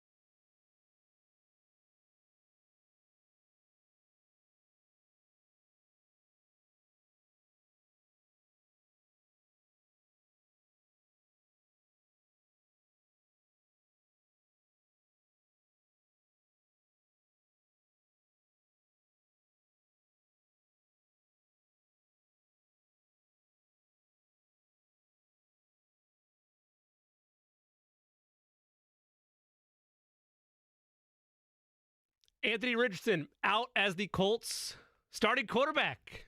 Is that Joe Flacco's music? It is indeed. The veteran, Joe Flacco, to be under center this Sunday against the Minnesota Vikings. Comments are flying in. Adam Schwab writes in, this will allow him to get much needed rest. Look, those are bound to appear throughout the entire Colts fan base after the tired comment. No doubt about that whatsoever. And additionally, there's been more comments. Jason Ellis writes in, the Vikings defense is so complex. AR would get Jim Irsay embarrassed on Sunday Night Football. Call it whatever you want, a 4-game penalty, come back after the next several hard games are over. Half of that we don't necessarily disagree with, Jason. Eddie brought this up earlier. It would not be outside the track record of Jim Irsay for him to be involved in this decision because it's a nationally televised game, and maybe you make the argument you're going to get embarrassed. My problem with that is, how does that go over to anybody from a confidence standpoint? Hey, Anthony, listen, man, we know that we said we were going to commit to you all year, and we believed in you, and there's going to be struggles, but we're here for you, and we're here to support you. But listen, man, the Vikings are really tough. And, you know, when we look forward as well for the rest of the Colts schedule, especially this stretch, you go Bills, Jets, Lions. That's too tough for you, man. So we're going to sit you down. And, hey, when we play the Patriots on December 1st, that's probably more up to your level of competition. That's probably more your style. That's great for development for a quarterback, by the way, if that's really the angle there. This was supposed to be about patience and development. The story since Andrew Luck's retirement has been from the Colts that we're a quarterback away, so we'll go the Band-Aid route, and we'll try the Matt Ryans and the Phillip Rivers and the Carson Wentz of the world. There's two issues with that sentiment. Number one, they were never that close. They were never that close. Look, there's a little bit of bias, admittedly, from me here. I get that because I was born and raised a Chiefs fan. I understand that. I've heard from some of my Colts friends that Andrew Luck's healthy in 19. They win the Super Bowl that year. You weren't getting through the Chiefs, my friends. Wasn't happening. That group's one of the most high-powered offenses that the league had seen. They were on a absolute collision course to the Super Bowl title. Wasn't happening then. So we'll take that year off the plate, and then all the rest of the years post Andrew Luck, there's been gaping holes on this roster every year since. They've never been a quarterback away. They've been kicking the can down the road. And then you finally decide to stop kicking that can, wake up and realize, maybe it's time for a franchise quarterback, and you bench him. Middle of the season. Kevin Bowen joins us. You hear him on the wake-up call with KB and Andy, 7 to 10 a.m. on these very airways. Of course, you can follow him on Twitter at KBowen1070. And either while you're listening to this conversation or once we're done, go on 1075thefan.com. He has instant reaction that he's going to share with us here as well with the Colts decision to bench Anthony Richardson. Kevin, first off, I appreciate you taking an audible with us and coming on today versus your usual Friday time slot. I'm disappointed we don't get to talk about the Max Bowen helmet selection, but we'll save that for another day. First things first, the only way I'm willing to step off of this mountain that I've climbed, talking about it being an organizational failure for the Colts, and this still doesn't satisfy me, but at least I can stomach it a bit. If this is a disciplinary decision because of him tapping out and them sending a message to him directly, whether it's a game or 2 games or whatever, that I can somewhat rationalize. Your instincts, your observation on this, I assume you haven't gone full-scale reporter mode on this just yet. Maybe you have. Is there any scenario where all this is a disciplinary move by the Colts, not a reactionary one to poor play? Yeah, my initial thought as Shane Steichen started being extra wordy yesterday in the Zoom call was, wow, I'm not used to this from Shane Steichen. And the more I thought about it, the more I thought, is this coming from higher up? I mean, that's obviously there's past precedent in the organization for that to happen at the quarterback position. So that's where my thought was. And, Shane Steichen, for what it's worth, I do think he has practiced some accountability with actions. So that is a thought. Again, I don't know that, but that's certainly a thought that I had in my head. And I think if you're going to justify a decision that I disagree with, I guess maybe I can somewhat see that. I don't necessarily totally agree with it, but that was a pretty jarring move that we've never seen an NFL quarterback make. So maybe they are viewing it in that light. Again, I don't know that, but do you think they would publicly say that? Do you think they would publicly say that in the coming days, that this is a disciplinary move, or do you think based on past conversations that they would not address it as such? Yeah, he didn't say it yesterday. Right. For what it's worth, I mean, he was asked directly if this indecision. No, he said it had nothing to do with it, right? He said point blank. We played it earlier in the show that the tap out had nothing to do with the fact they're evaluating everything, right? Right. Okay. All right. So yeah, I mean, if you're going to look at, again, that was I think I can look at that play, and it's funny. I just was watching Brian Flores' press conference with the Vikings, and he just unprompted brought up that play by Richardson, and he was like, I know a lot of people are talking about that play, but he was like, did you watch the play? He was like, I got tired watching him shed a 320-pound defensive lineman. So, yes, it's a bad look. It certainly sends the wrong message to a lot of guys. I'm not denying any of that, but, has anyone ever thought Anthony Richardson was a soft football player? Or Anthony Richardson, doesn't embrace, contact. Or, hell, I thought late in the game he should have avoided contact and got out of bounds there on the final drive. But I guess, Jimmy, to bring it full circle, I think the point you bring up is an interesting one because it goes against everything that the Colts have said from he needs to play. But under Shane Steichen, in different ways, they have preached accountability. They have benched and cut a Deion Jackson. They have benched and cut a Dallas Flowers. They have cut an expensive side of the building guy in Darius Leonard. So, yeah, again, these are all kind of different reasons, but still, that has happened over the last 18 months. So it is a thought certainly on my mind. Okay, so I'm now, and I appreciate you reminding me of that. I should have caught that because we played it to start the show. I'm now full scale enraged mode because it can't be that. It can't be that unless you lied yesterday about the tap out not factoring into it, because then if you're doing it as disciplinary action, then clearly the tap out had to do with it. So let's operate underneath the presumption that it's not disciplinary. It is a change. I know you've alluded to it. Eddie's actually said it on air. So I'll ask you directly in that regard as well. It's a primetime game because of it being flexed. It's on national television. And there are, despite not knowing him personally, just from observations over the years on Twitter, everything else, there are a few things in life that Jim Irsay cares about more than the brand of the Indianapolis Colts. Do you think there is any Irsay fingerprints on this decision to replace Anthony Richardson with Joe Flacco? I don't think so, but certainly we have past precedent of it happening. Again, I guess is he back to meddling? I guess is the question. Eddie brought up the season, the last time they played the Vikings a couple of years ago with Jeff Saturday and everything else that happened there, and that was clearly involvement from Jim Irsay on the franchise. Do you think that's at all what's happening here? Yeah, again, I don't think so, but I also don't want to ignore it. I don't think it's something you just sweep under the rug and act like there's no way that it could be happening. It's just quite the organizational 180 from all parties involved. Irsay's been on the record, Ballard's been on the record, Steichen's been on the record of sticking by this guy. Now, Irsay meddling here, I also think, again, Richardson tapping the helmet pissed off a lot of people, I think, in that locker room. I thought Ryan Kelly's words were very direct and very walking a fine line, but you don't hear many players even walk that fine of a line. And what he did yesterday to talk about that. So I just don't necessarily view his play, because if we're going to break this down by timeline, what did Shane Steichen say yesterday? I didn't think about benching him at halftime. Okay. You watch the second half play out.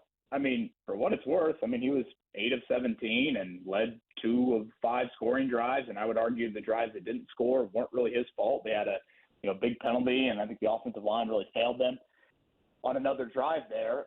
If you really want to walk away from the game, and I think the more you watch the film of the game, yes, I don't think it's maybe as ugly as it seemed like in the 60 minutes. Kevin, I asked this of Stephen Holder. I asked this of Stephen Holder an hour ago. I felt like, and I know this is kind of a run and hide comment, but upon film review, upon looking at it a little closer, I felt like probably for the first time this season, the supporting cast did more to harm Anthony Richardson than Anthony Richardson did to harm the supporting cast. Yeah, I think that's true. And look, I don't think Richardson has been good. Right. I don't want to act like I'm sitting here saying it's that not a game ball type of game, even if all those catches are made. Right. I just, I said this on many occasions this morning.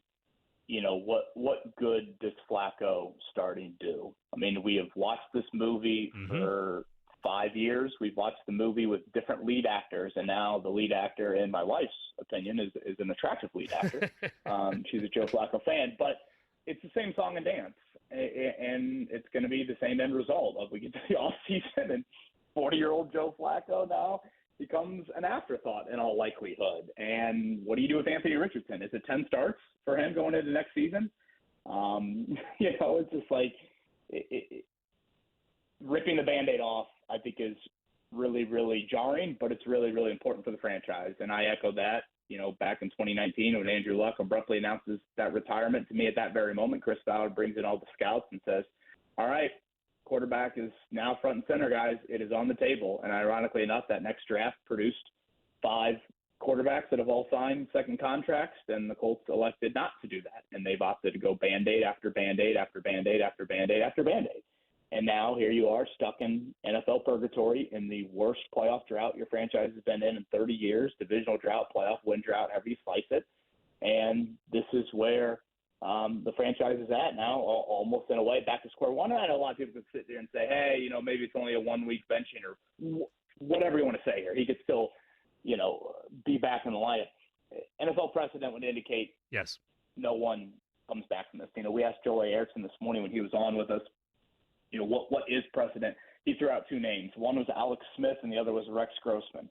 I don't know if anybody feels too good about that. It's probably a shame that I'm putting out Alex Smith into that category, but Alex Smith also was a Heisman finalist, and I think a lot of it could be rooted in just straight up health. Yeah. Versus Richardson, there are certainly questions to be asked. So, it's just it is shocking, frankly. I'll say one thing on the Alex Smith thing because I can speak to it. It did work out for him. The problem is it worked out with a different franchise, and that, historically speaking, is my biggest issue with this. Like, you bench him now. I don't care how long it is. The precedent says you bench a quarterback, be it a first-year or fifth-year guy, you take away the keys. When he comes back out for your offense, it does not go well. And sure, you have your success stories for these players, but generally it's not for the same franchise. It's Geno Smith in Seattle instead of New York, right? It's Alex Smith in Kansas City versus San Francisco. Is this decision by the Colts, after declaring to start the year and to start the year last year as well, he needs to learn by doing?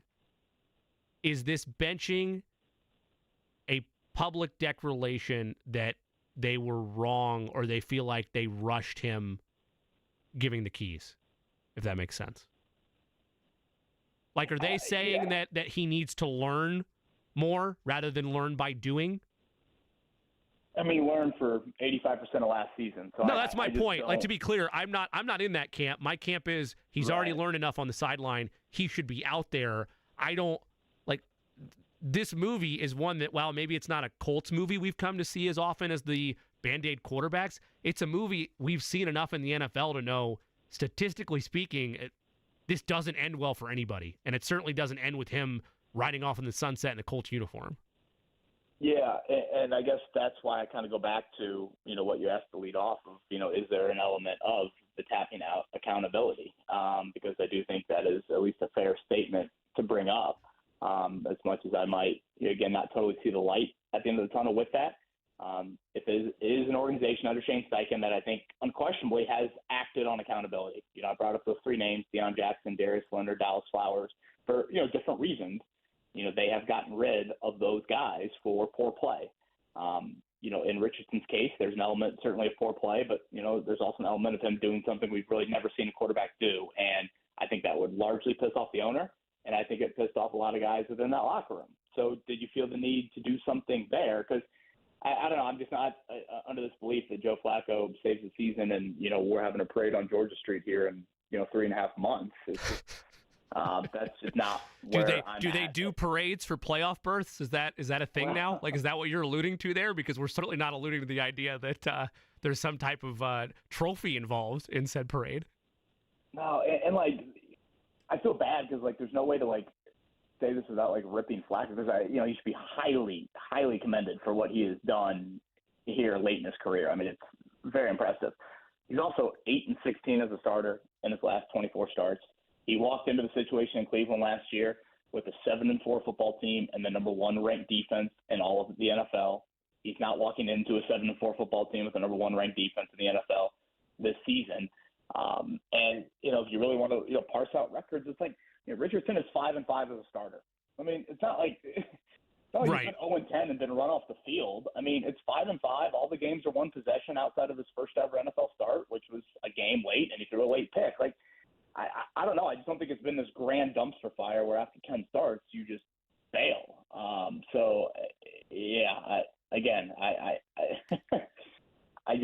It's a very weird route to take and try to further develop him. It's odd. And so, I assume they will turn back to him at some point. But, again, there's no precedent of that working. This from Stephen Holder on Twitter, a Colts team source on the Richardson demotion. We are not quitting on Anthony. That will be the story, but that is not the case. Closed quote. Kevin, what is it then? Because, like, you can say you're not quitting on him, but the only reason, if it's not disciplinary, the only reason to make this change, whether it was Steichen's decision-making, whether it was Ballard's decision-making, whether it was Jim Irsay's decision-making, the only reason to make this change is because you believe that Joe Flacco gives you a better chance to win, which was, at least from the messaging I got, not front of mind this year. That otherwise you would go make more veteran moves, right? You would have gone and brought in far more veterans than Joe Flacco. So if it's what's the other? Well, we've already eliminated discipline. If it's not better chance to win, what's the logic in the decision? Well, again, I mean, have we eliminated discipline? I think that's probably. Well, I guess I'm eliminating it because of what he said to the media yesterday, which is that the tap out had nothing to do with it. If the tap out had nothing to do with it, then you can't turn around and say no, it's disciplinary, right? Right, but again, he's never been very public in any of those actions. It's not like it's not like he's expanded on Darius Leonard being cut or Deion Jackson being cut or Dallas Ballard. Powers. It's like Steichen. Or Steichen. Okay. Okay. Ballard, like all the other GMs, pretty much they don't talk during the season. So yes, I guess to put answers to the question, why are they benching him? Is it discipline? Is it he needs to watch and grow, or is it this is a win now move with Flacco? And to your point, they did nothing this offseason of win now noting. I mean, Raekwon Davis and Joe Flacco were the two moves that they made this offseason. If you look at their rookie class, I would argue Latu, yes, but I don't know if I would classify A.D. Mitchell as necessarily a win now pick. Let's not sell him short, though. Team run it back, Kevin, is a clear contender on paper, which is largely what the offseason was, right? Exactly. And then offensive lineman around 3 and 4 when your offensive line returns all 5 starters, of course, isn't that either. So, yeah, it is for the umpteenth year in a row, it's a very confusing plan for the Indianapolis Colts. I think that's kind of where you're at. And I said this earlier today, and Eddie and I have talked about this before in the podcast. I think it's such an awkward time to be a Colts fan. It's such an awkward time to be a member of the Colts franchise. Yeah. You're in your worst playoff drought in 30 years, divisional title drought, however you want to label it.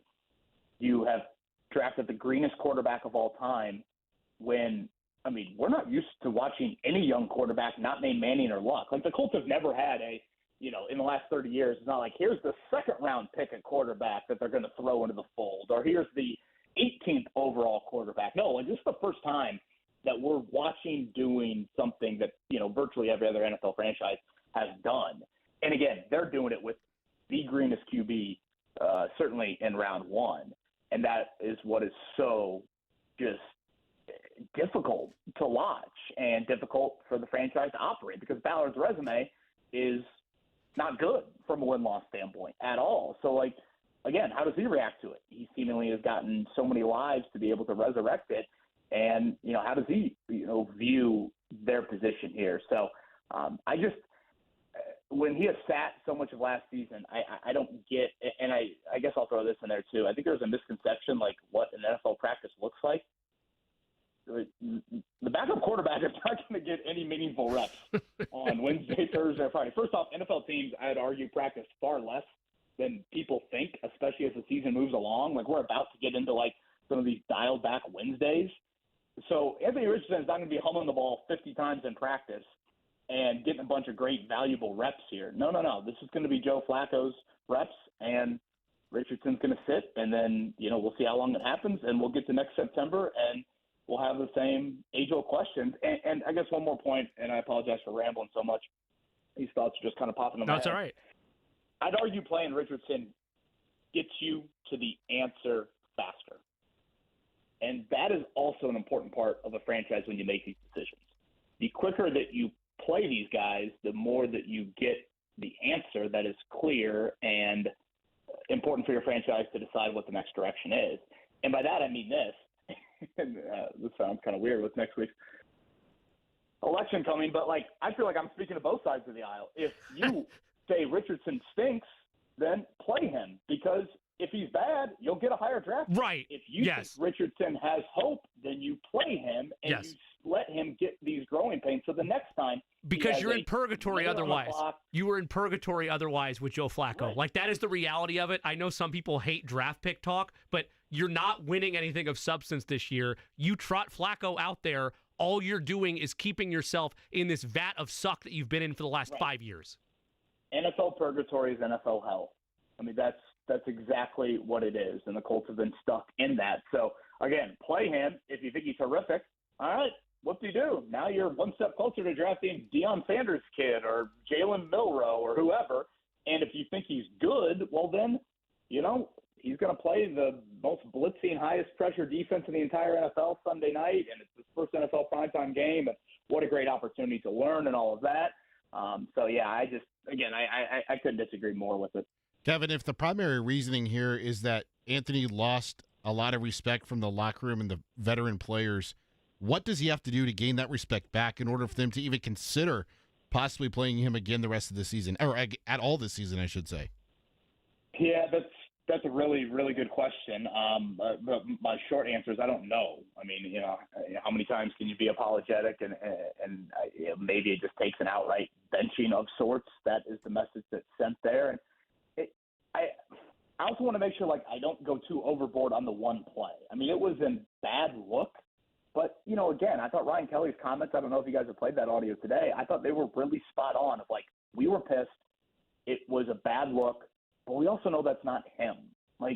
It was just an immature move. And he had a lot of immature moves, I would argue, in the game on Sunday. Not maybe as blatant as that, but that was one of them. So, I don't know, Eddie. It's a great question, though. Kevin Bowen is our guest on the Express Pro Tire and Auto guest line. He's on the Wake Up Call with KB and Andy. Weekdays, I beg your pardon, 7 to 10 a.m. With the way the Colts are going, they might be doing weekends by the time that the week is out. So where does the complexion of that quarterback room change now? Last thing before we get you out of here. Is it do you envision this being a end of season and, oh boy, well, I hope he looks better in training camp next year because now he has 10 starts under his belt? Or do you think this is a temporary thing, disciplinary or not, where I hope, Kevin, somebody said this to me on Twitter. If they bench him and bring him back after this 4-game stretch, what are you accomplishing with him? If heaven forbid it's, well, man, these next 4 games are really tough. Let's let you refocus, and then, hey, the Patriots coming up on December 1st. That's more your speed. I can't even begin to entertain that idea. When would be a realistic timeline for him to return if we're looking at this season as a possibility? Oh, man. Yeah, just the fact that you can even ask that question. I know. Is just wild. Yeah. Totally fair. Obviously, tomorrow. I mean, sorry, it's a cop-out answer, but it's just look at the upcoming schedule. Again, you are facing the biggest blitz pressure team in the entire NFL on Sunday Night Football. What a great opportunity. All these questions he's getting, all the adversity that he's got to face. He's got to apologize to his coaches, his teammates. You want to talk about a put up or shut up moment? You want to talk about a look in the mirror? You got to face adversity. This is what it means to have a C on your chest to play quarterback. If you want to get that second contract, this is it. And then next week, you're facing the guy that he's probably most often comped to in Josh Allen. He had a moment in college against Will Levis that didn't go well when he was compared to Will Levis a whole lot. Then the next moment, it's Sunday Night Football against the Jets. Prime time again. You think that matters? New York, et cetera, et cetera. And the next week, it's the Lions, arguably the best team in the NFL. So like this to me is the perfect time. And this kind of gets back to the more you play him, the clearer the answers become. The less you play him, the murkier it gets. And it just creates an awkward September 2025, frankly, because if I don't think they're done with him. I know this action probably speaks volumes, but like I think internally, and you brought up Steven's point earlier, I think they think that they can like put him back out there and it's going to work, and I just don't know how. To answer your question, I don't know when. I mean, because I guess if Flacco plays well, you're not turning back to him, and then when Flacco plays bad, then I guess that would be December, and then to your point, that's the easiest part of your schedule.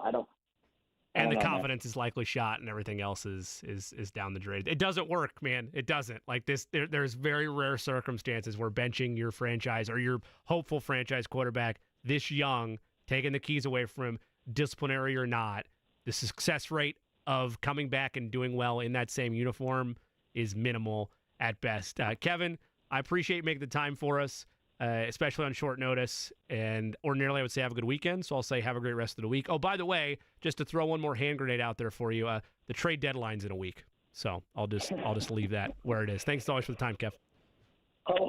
Thanks, boys. No problem. That's Kevin Bowen. Again, you can follow him on Twitter at KBowen1070. He joined us on the Express Pro Tire and Auto guest line. Is Scott Agnes still joining us at 2:30? Okay, so we'll recircle back to the Pacers, look ahead to their upcoming matchup against the defending champs, and then more on the Colts making a decision, the likes of which really makes or breaks a lot of jobs at West 56th Street, depending on the outcome, with Anthony Richardson being benched for Joe Flacco ahead of Sunday Night Football. It's Query & Company on 93.5 and 107.5 The Fan.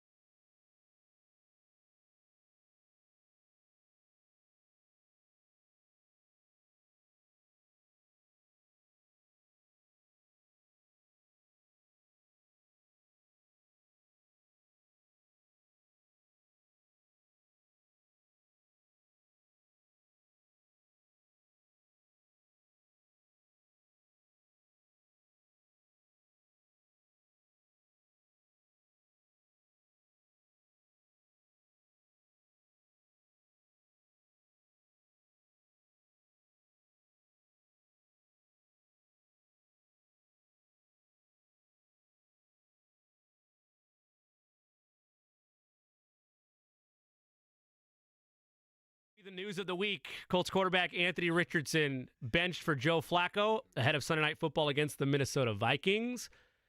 Texter writes in, Jim writes in, he should be benched for his bad performance. Simply that. I'll go back to the 5-star meal that you're trying to put together that takes 85, 90 minutes to make. And 10 minutes in, you're like, well, man, I know I committed to this meal, but I'm going to go have Taco Bell instead.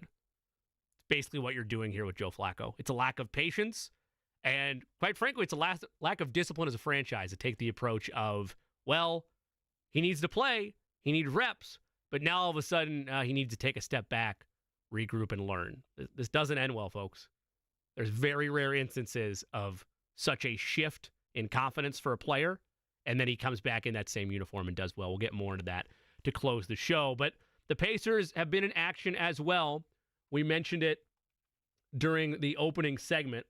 They fall last night, 119-115 to the Orlando Magic. They've had their offensive struggles, to be certain, though it looked like perhaps they figured some of that out, at least through three quarters last night in the loss. Joining us now is Scott Agnes, covers the Pacers for Fieldhouse Files. He joins us throughout the regular season. Scott, happy Tuesday to you. Hello, Jimmy. Nothing going on at all. No. Just a dull, lazy Tuesday, Scott. You know, just how we like things, right, Eddie? Preparing for the Swifties that are about to invade on downtown Indy. That's all. You know what? Maybe that's what this was. Maybe it was a power move by the Colts. They don't want Lucas Oil being fully taken over by Swift mayhem, that they need the news cycle still in their corner. But yeah, man, you know how it goes. Never a dull moment, especially when talking about that franchise. Never a dull moment a season ago offensively when it comes to Indiana Pacers. Must-see television through 4 games, though it looked like a bit of a bounce back in that regard last night despite the loss. Are you concerned at all about their efficiency, their pace of play, their points per possession, metrics that they were near the top of the league at a year ago, now towards the bottom half of that, at least prior to last night? Yeah, I think there has to be a little concern, right? And I think a lot of it is just the preseason spilling into this regular season. I thought we only really saw a good quarter or so from the team, and it was in that final preseason game in the first quarter. But that was about it. I mean, they had to go to overtime in that game to not finish the preseason 1-3. And I know it's little things, and you don't try to take this month that, let's keep tabs on this. Now, as you said, Jimmy, much improved last night from that specific instance. Turnovers were down. It was the most points that they had scored all season. But I thought the same old problems continued to show their face, and it started with an opposing big wing that the Pacers didn't have an answer for, and they kept going back to that. Well, they battled foul trouble, still adjusting to kind of the physicality and the way in which the games are called here. So it was progress, but I still think a lot of concerns after just the first week of the regular season. Let's go back to that, the way that the officiating itself and just the discretions of the officials' point of emphasis has changed this year.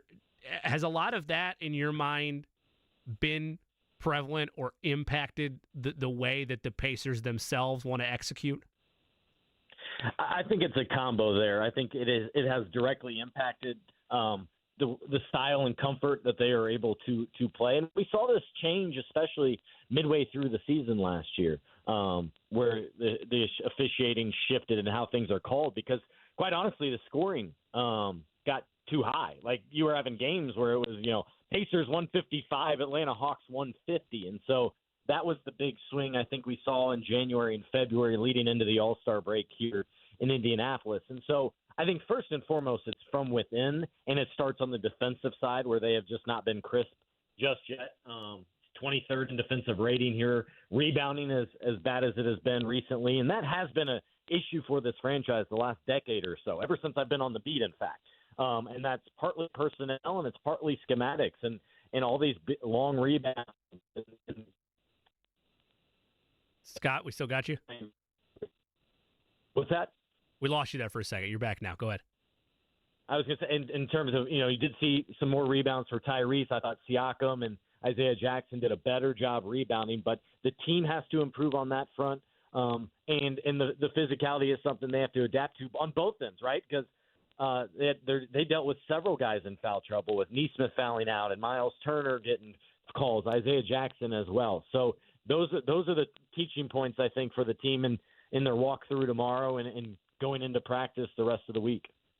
Where would you rate the play level last night of Tyrese Halliburton. He puts together a double-double, a rebound shy of a triple-double. I know that some were critical about how things went down the stretch. In overtime against Philadelphia, I still chalk it up to I know what he can do as a player. It's early season rust. Like, it's going to improve over time. Felt like somewhat of a bounce-back performance for him last night, though still some stuff to clean up. Your overall observations on Tyrese in the loss? I thought it was much better and a good response, but still not the Ty that we're used to seeing.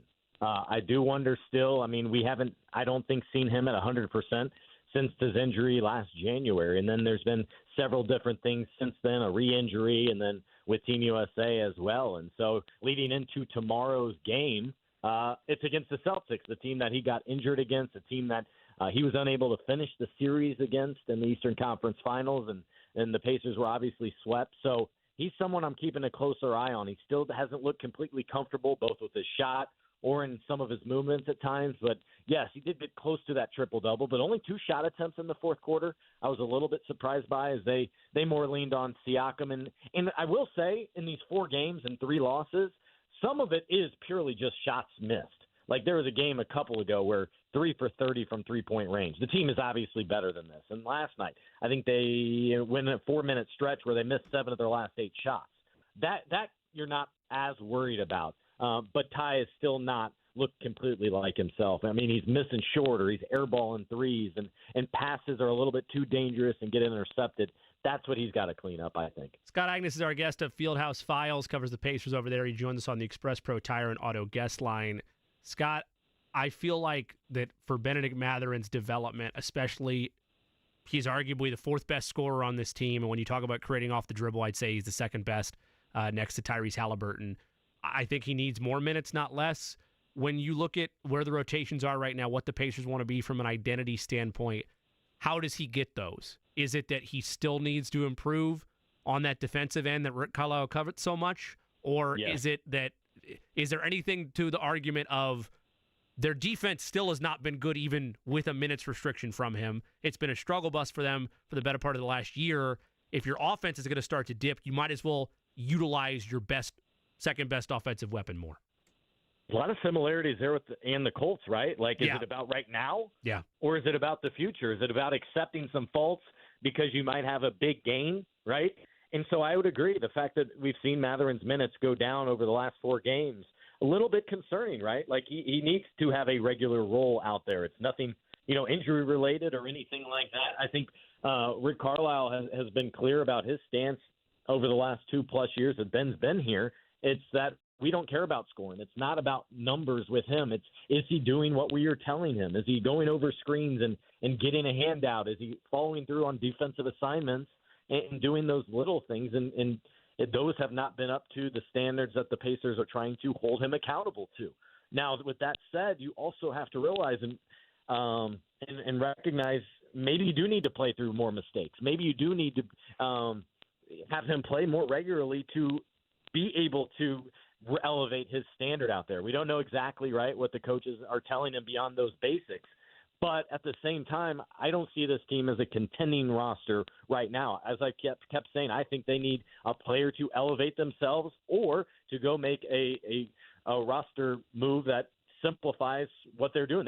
They have too many guys in the backcourt and too few wings with size. And so a consolidation trade may be necessary. But if not, you want to see a guy like Mathurin in particular, but maybe it's Nembhard or someone else, really elevate their game, and playing 15 to 20 minutes is not going to do that.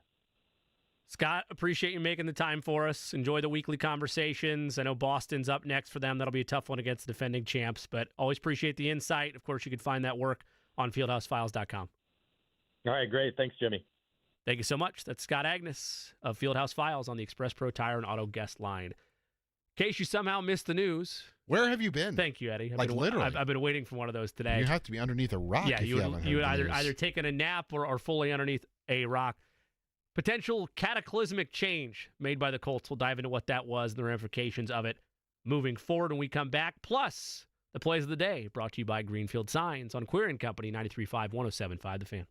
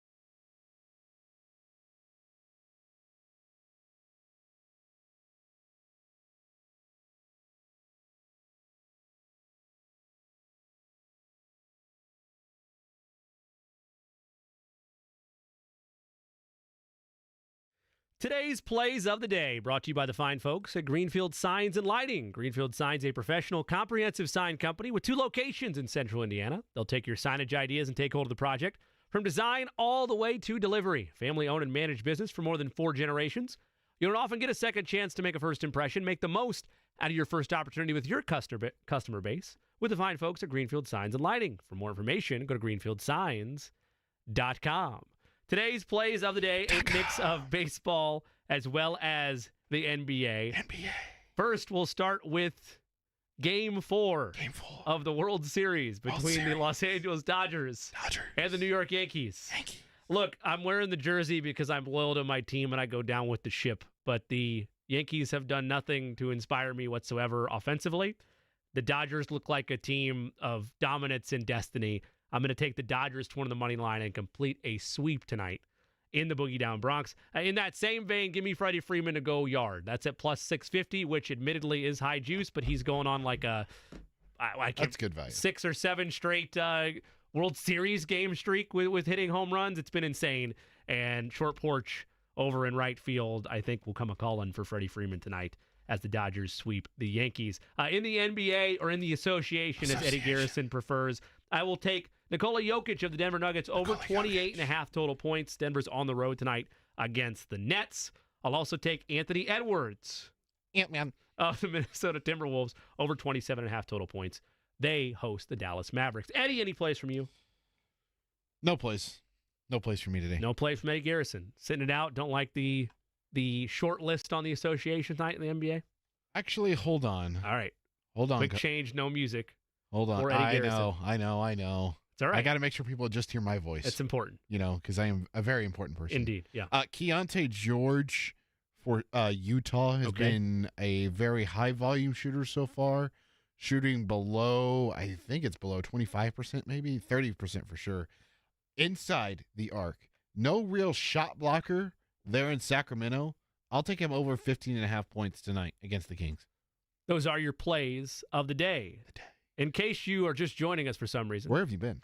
The breaking news out of West 56th Street, Anthony Richardson has been benched. What? In favor of Joe Flacco, starting this coming Sunday Night Football, against the Minnesota Vikings.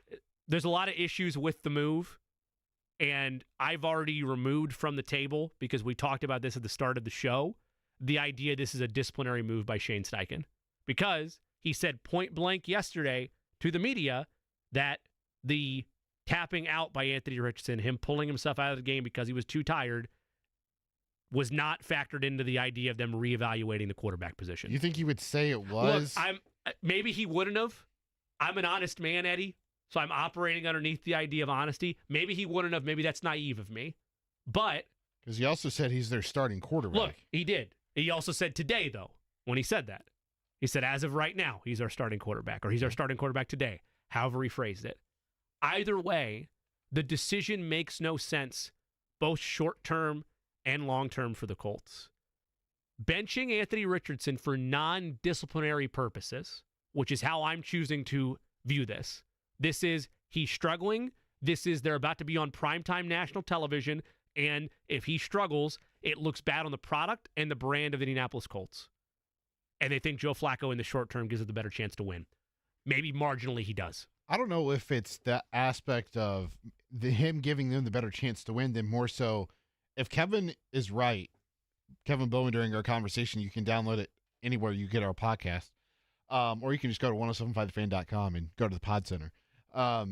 If he is correct in the aspect of a lot of people being upset about him checking himself out of the game and subbing himself out because he was tired, then to me, this could be a, hey, I'm Shane Steichen. I have to value the locker room. And if there are a lot of guys that are unhappy with Richardson and aren't going to play as hard because he's giving up on me, then maybe this is the reason why you make that move and why it's a temporary move. If there's a single player in West 56th Street to the second half of what you said that thinks that they're not going to play as hard because Anthony Richardson gets a pass for the tired comment, you're just as bad as him, first off. Secondly, for the Colts, and Stephen Holder had tweeted this a couple minutes ago, Anthony Richardson, rightfully so, devastated by the news, Holder continued that he's going to recover from that from a Colts team source. I don't think he is, man. I've seen this movie too many times of a starting quarterback that gets benched. He doesn't come out the other side okay or better all of a sudden. That's not a boost of confidence to yourself of, well, I was struggling and I was passing at a 44% clip, and now the hardest stretch of the schedule is coming up, and now I'm on the bench, and you're going to put me back in maybe against the Patriots in a month from now. Boy, that makes me feel good. And you could talk about maybe that mindset of it is coddling. It's not. It's the ramifications of the move. Once you bench a quarterback at that age level, once you go ahead and step back from him, it's a point of no return. You don't just throw him the keys back in a month and hope that he's going to perform better. And as Kevin outlined, metrically, he struggled. That was the whole point of this season. The whole point of this year was for him to go about the bumps in the road and get better for it. And as I said at the start of the show, before they made the benching, the move and the play against the Texans wasn't all on him. I'm not giving out necessarily trophies for him or game balls by any means, but what happened to him against the Texans is not a full product of blame for him. There were plenty of drops, pass protection let him down, and now you're going to sit here and turn to a guy who's another long list of Band-Aids that might help you in the short term, but in terms of the long term, best case scenario, you get to the playoffs this year, you stumble and fall, and you're back in quarterback purgatory with a rookie quarterback, de facto rookie, that's played 10 games for his career. Worst case scenario, trade deadlines in a week. Open up the phone lines for Anthony Richardson. JMV's walked in. Perhaps he can calm me down a bit. No. Are you all fired up, are you? I am, John. I think it's a step backwards. This is about two things, or one of two things. It's about the Jim Irsay. I said this yesterday. Or the fact that Richardson, with what he has not accomplished so far, with what took place on Sunday, has lost a lot in the locker room. And they're trying to save face. I will also tell you this as far as, I think this is the perfect time. If you wanted to start him for the rest of the year, this is the perfect time after you lose to Houston like that. Really, if you wanted to start Flacco and you believed in him, you would have started him when it really, truly mattered, I thought, in Houston last week. But whatever. I think you always have to keep in mind that you got guys with very small windows in that locker room remaining to earn, and they wouldn't mind to try to, with what they feel is their best opportunity to get back to the postseason and give that a try and get a bonus on their check from that as well. So I think you always factor that in, but this is so much about losing the locker room, and I think some Jim Irsay going on here. Listen, do I know this for sure? No, this is just my opinion. It was my opinion yesterday. It's going to remain my opinion. This is where this thing had been going, and I thought that Anthony gave them every reason to make that change when they did this week on Sunday, and that's the direction that they're going. And I've always said this, Jimmy, I think it's over now. There's no way you go back. Definitively. It's over for Richardson. It's going to be over for Ballard. We'll see if Steichen gets a little bit out of this, because if you go with a new general manager, they may want somebody else as the head coach, as they usually do. So this is going to have far-reaching tentacles. I think when they mentioned seismic, that's accurate. This is certainly seismic. Well, today. The back half of that, I know you'll dive into that today on the Ride with JMV. That's interesting to me because I'm still of that camp that I don't know that Ballard can do any wrong in that organization, and I'll believe it when I see it, because you're right. The outline, it's his ass now. It should be. It absolutely should be. I'll believe it when I see it. That is it. Unless they have some incredible run, and Richardson comes back if Flacco gets hurt, which is certainly at 39 a distinct possibility. But you can't tell me that you're not giving up on, and it's, I saw what Holder had with that quote, "We're not giving up on Anthony." I know exactly who that sounded like that gave that quote, and that's very much giving up on Anthony. Maybe for other reasons, maybe not the reasons that people would want to hear, but they are absolutely giving up on him. John, are you going to get as aroused right there as Jimmy did when you go on a rant about T.J. McConnell barrely playing last night along with Benedict Mathurin? His legs were tired. 5 minutes. Mine were tired too. Wasn't he? Had leg. I will say, when he was in there, he didn't look right. Everything was short, front rimmed. He didn't look right whatsoever. They looked better. Wasn't as much discombobulation last night, but is Miles playing tomorrow? I don't think there's any way he plays. I don't know. Limping around there at the end of the game. When Miles starts tiptoeing around too, that's such a tell of his. He's unsure about what's happening. Yep. and he knows he's kind of get worked a little bit. He needs to get back in that postseason flow to where he just said, what the hell, and went out there and did some things. He's back to that tiptoeing around stuff. I'm going to have a talk with him about that. Plenty to get into on the ride with JMV coming up next. John, great show lined up? Probably not, but we'll try. Special thanks to Stephen Holder, Dan Purcell, Scott Agnes, and Kevin Bowen for joining us again. Breaking news, Anthony Richardson bench for Joe Flacco. John will have that, Pacers reaction, and so much more. Keep it locked to the Fan. We'll talk to you tomorrow on Query & Company.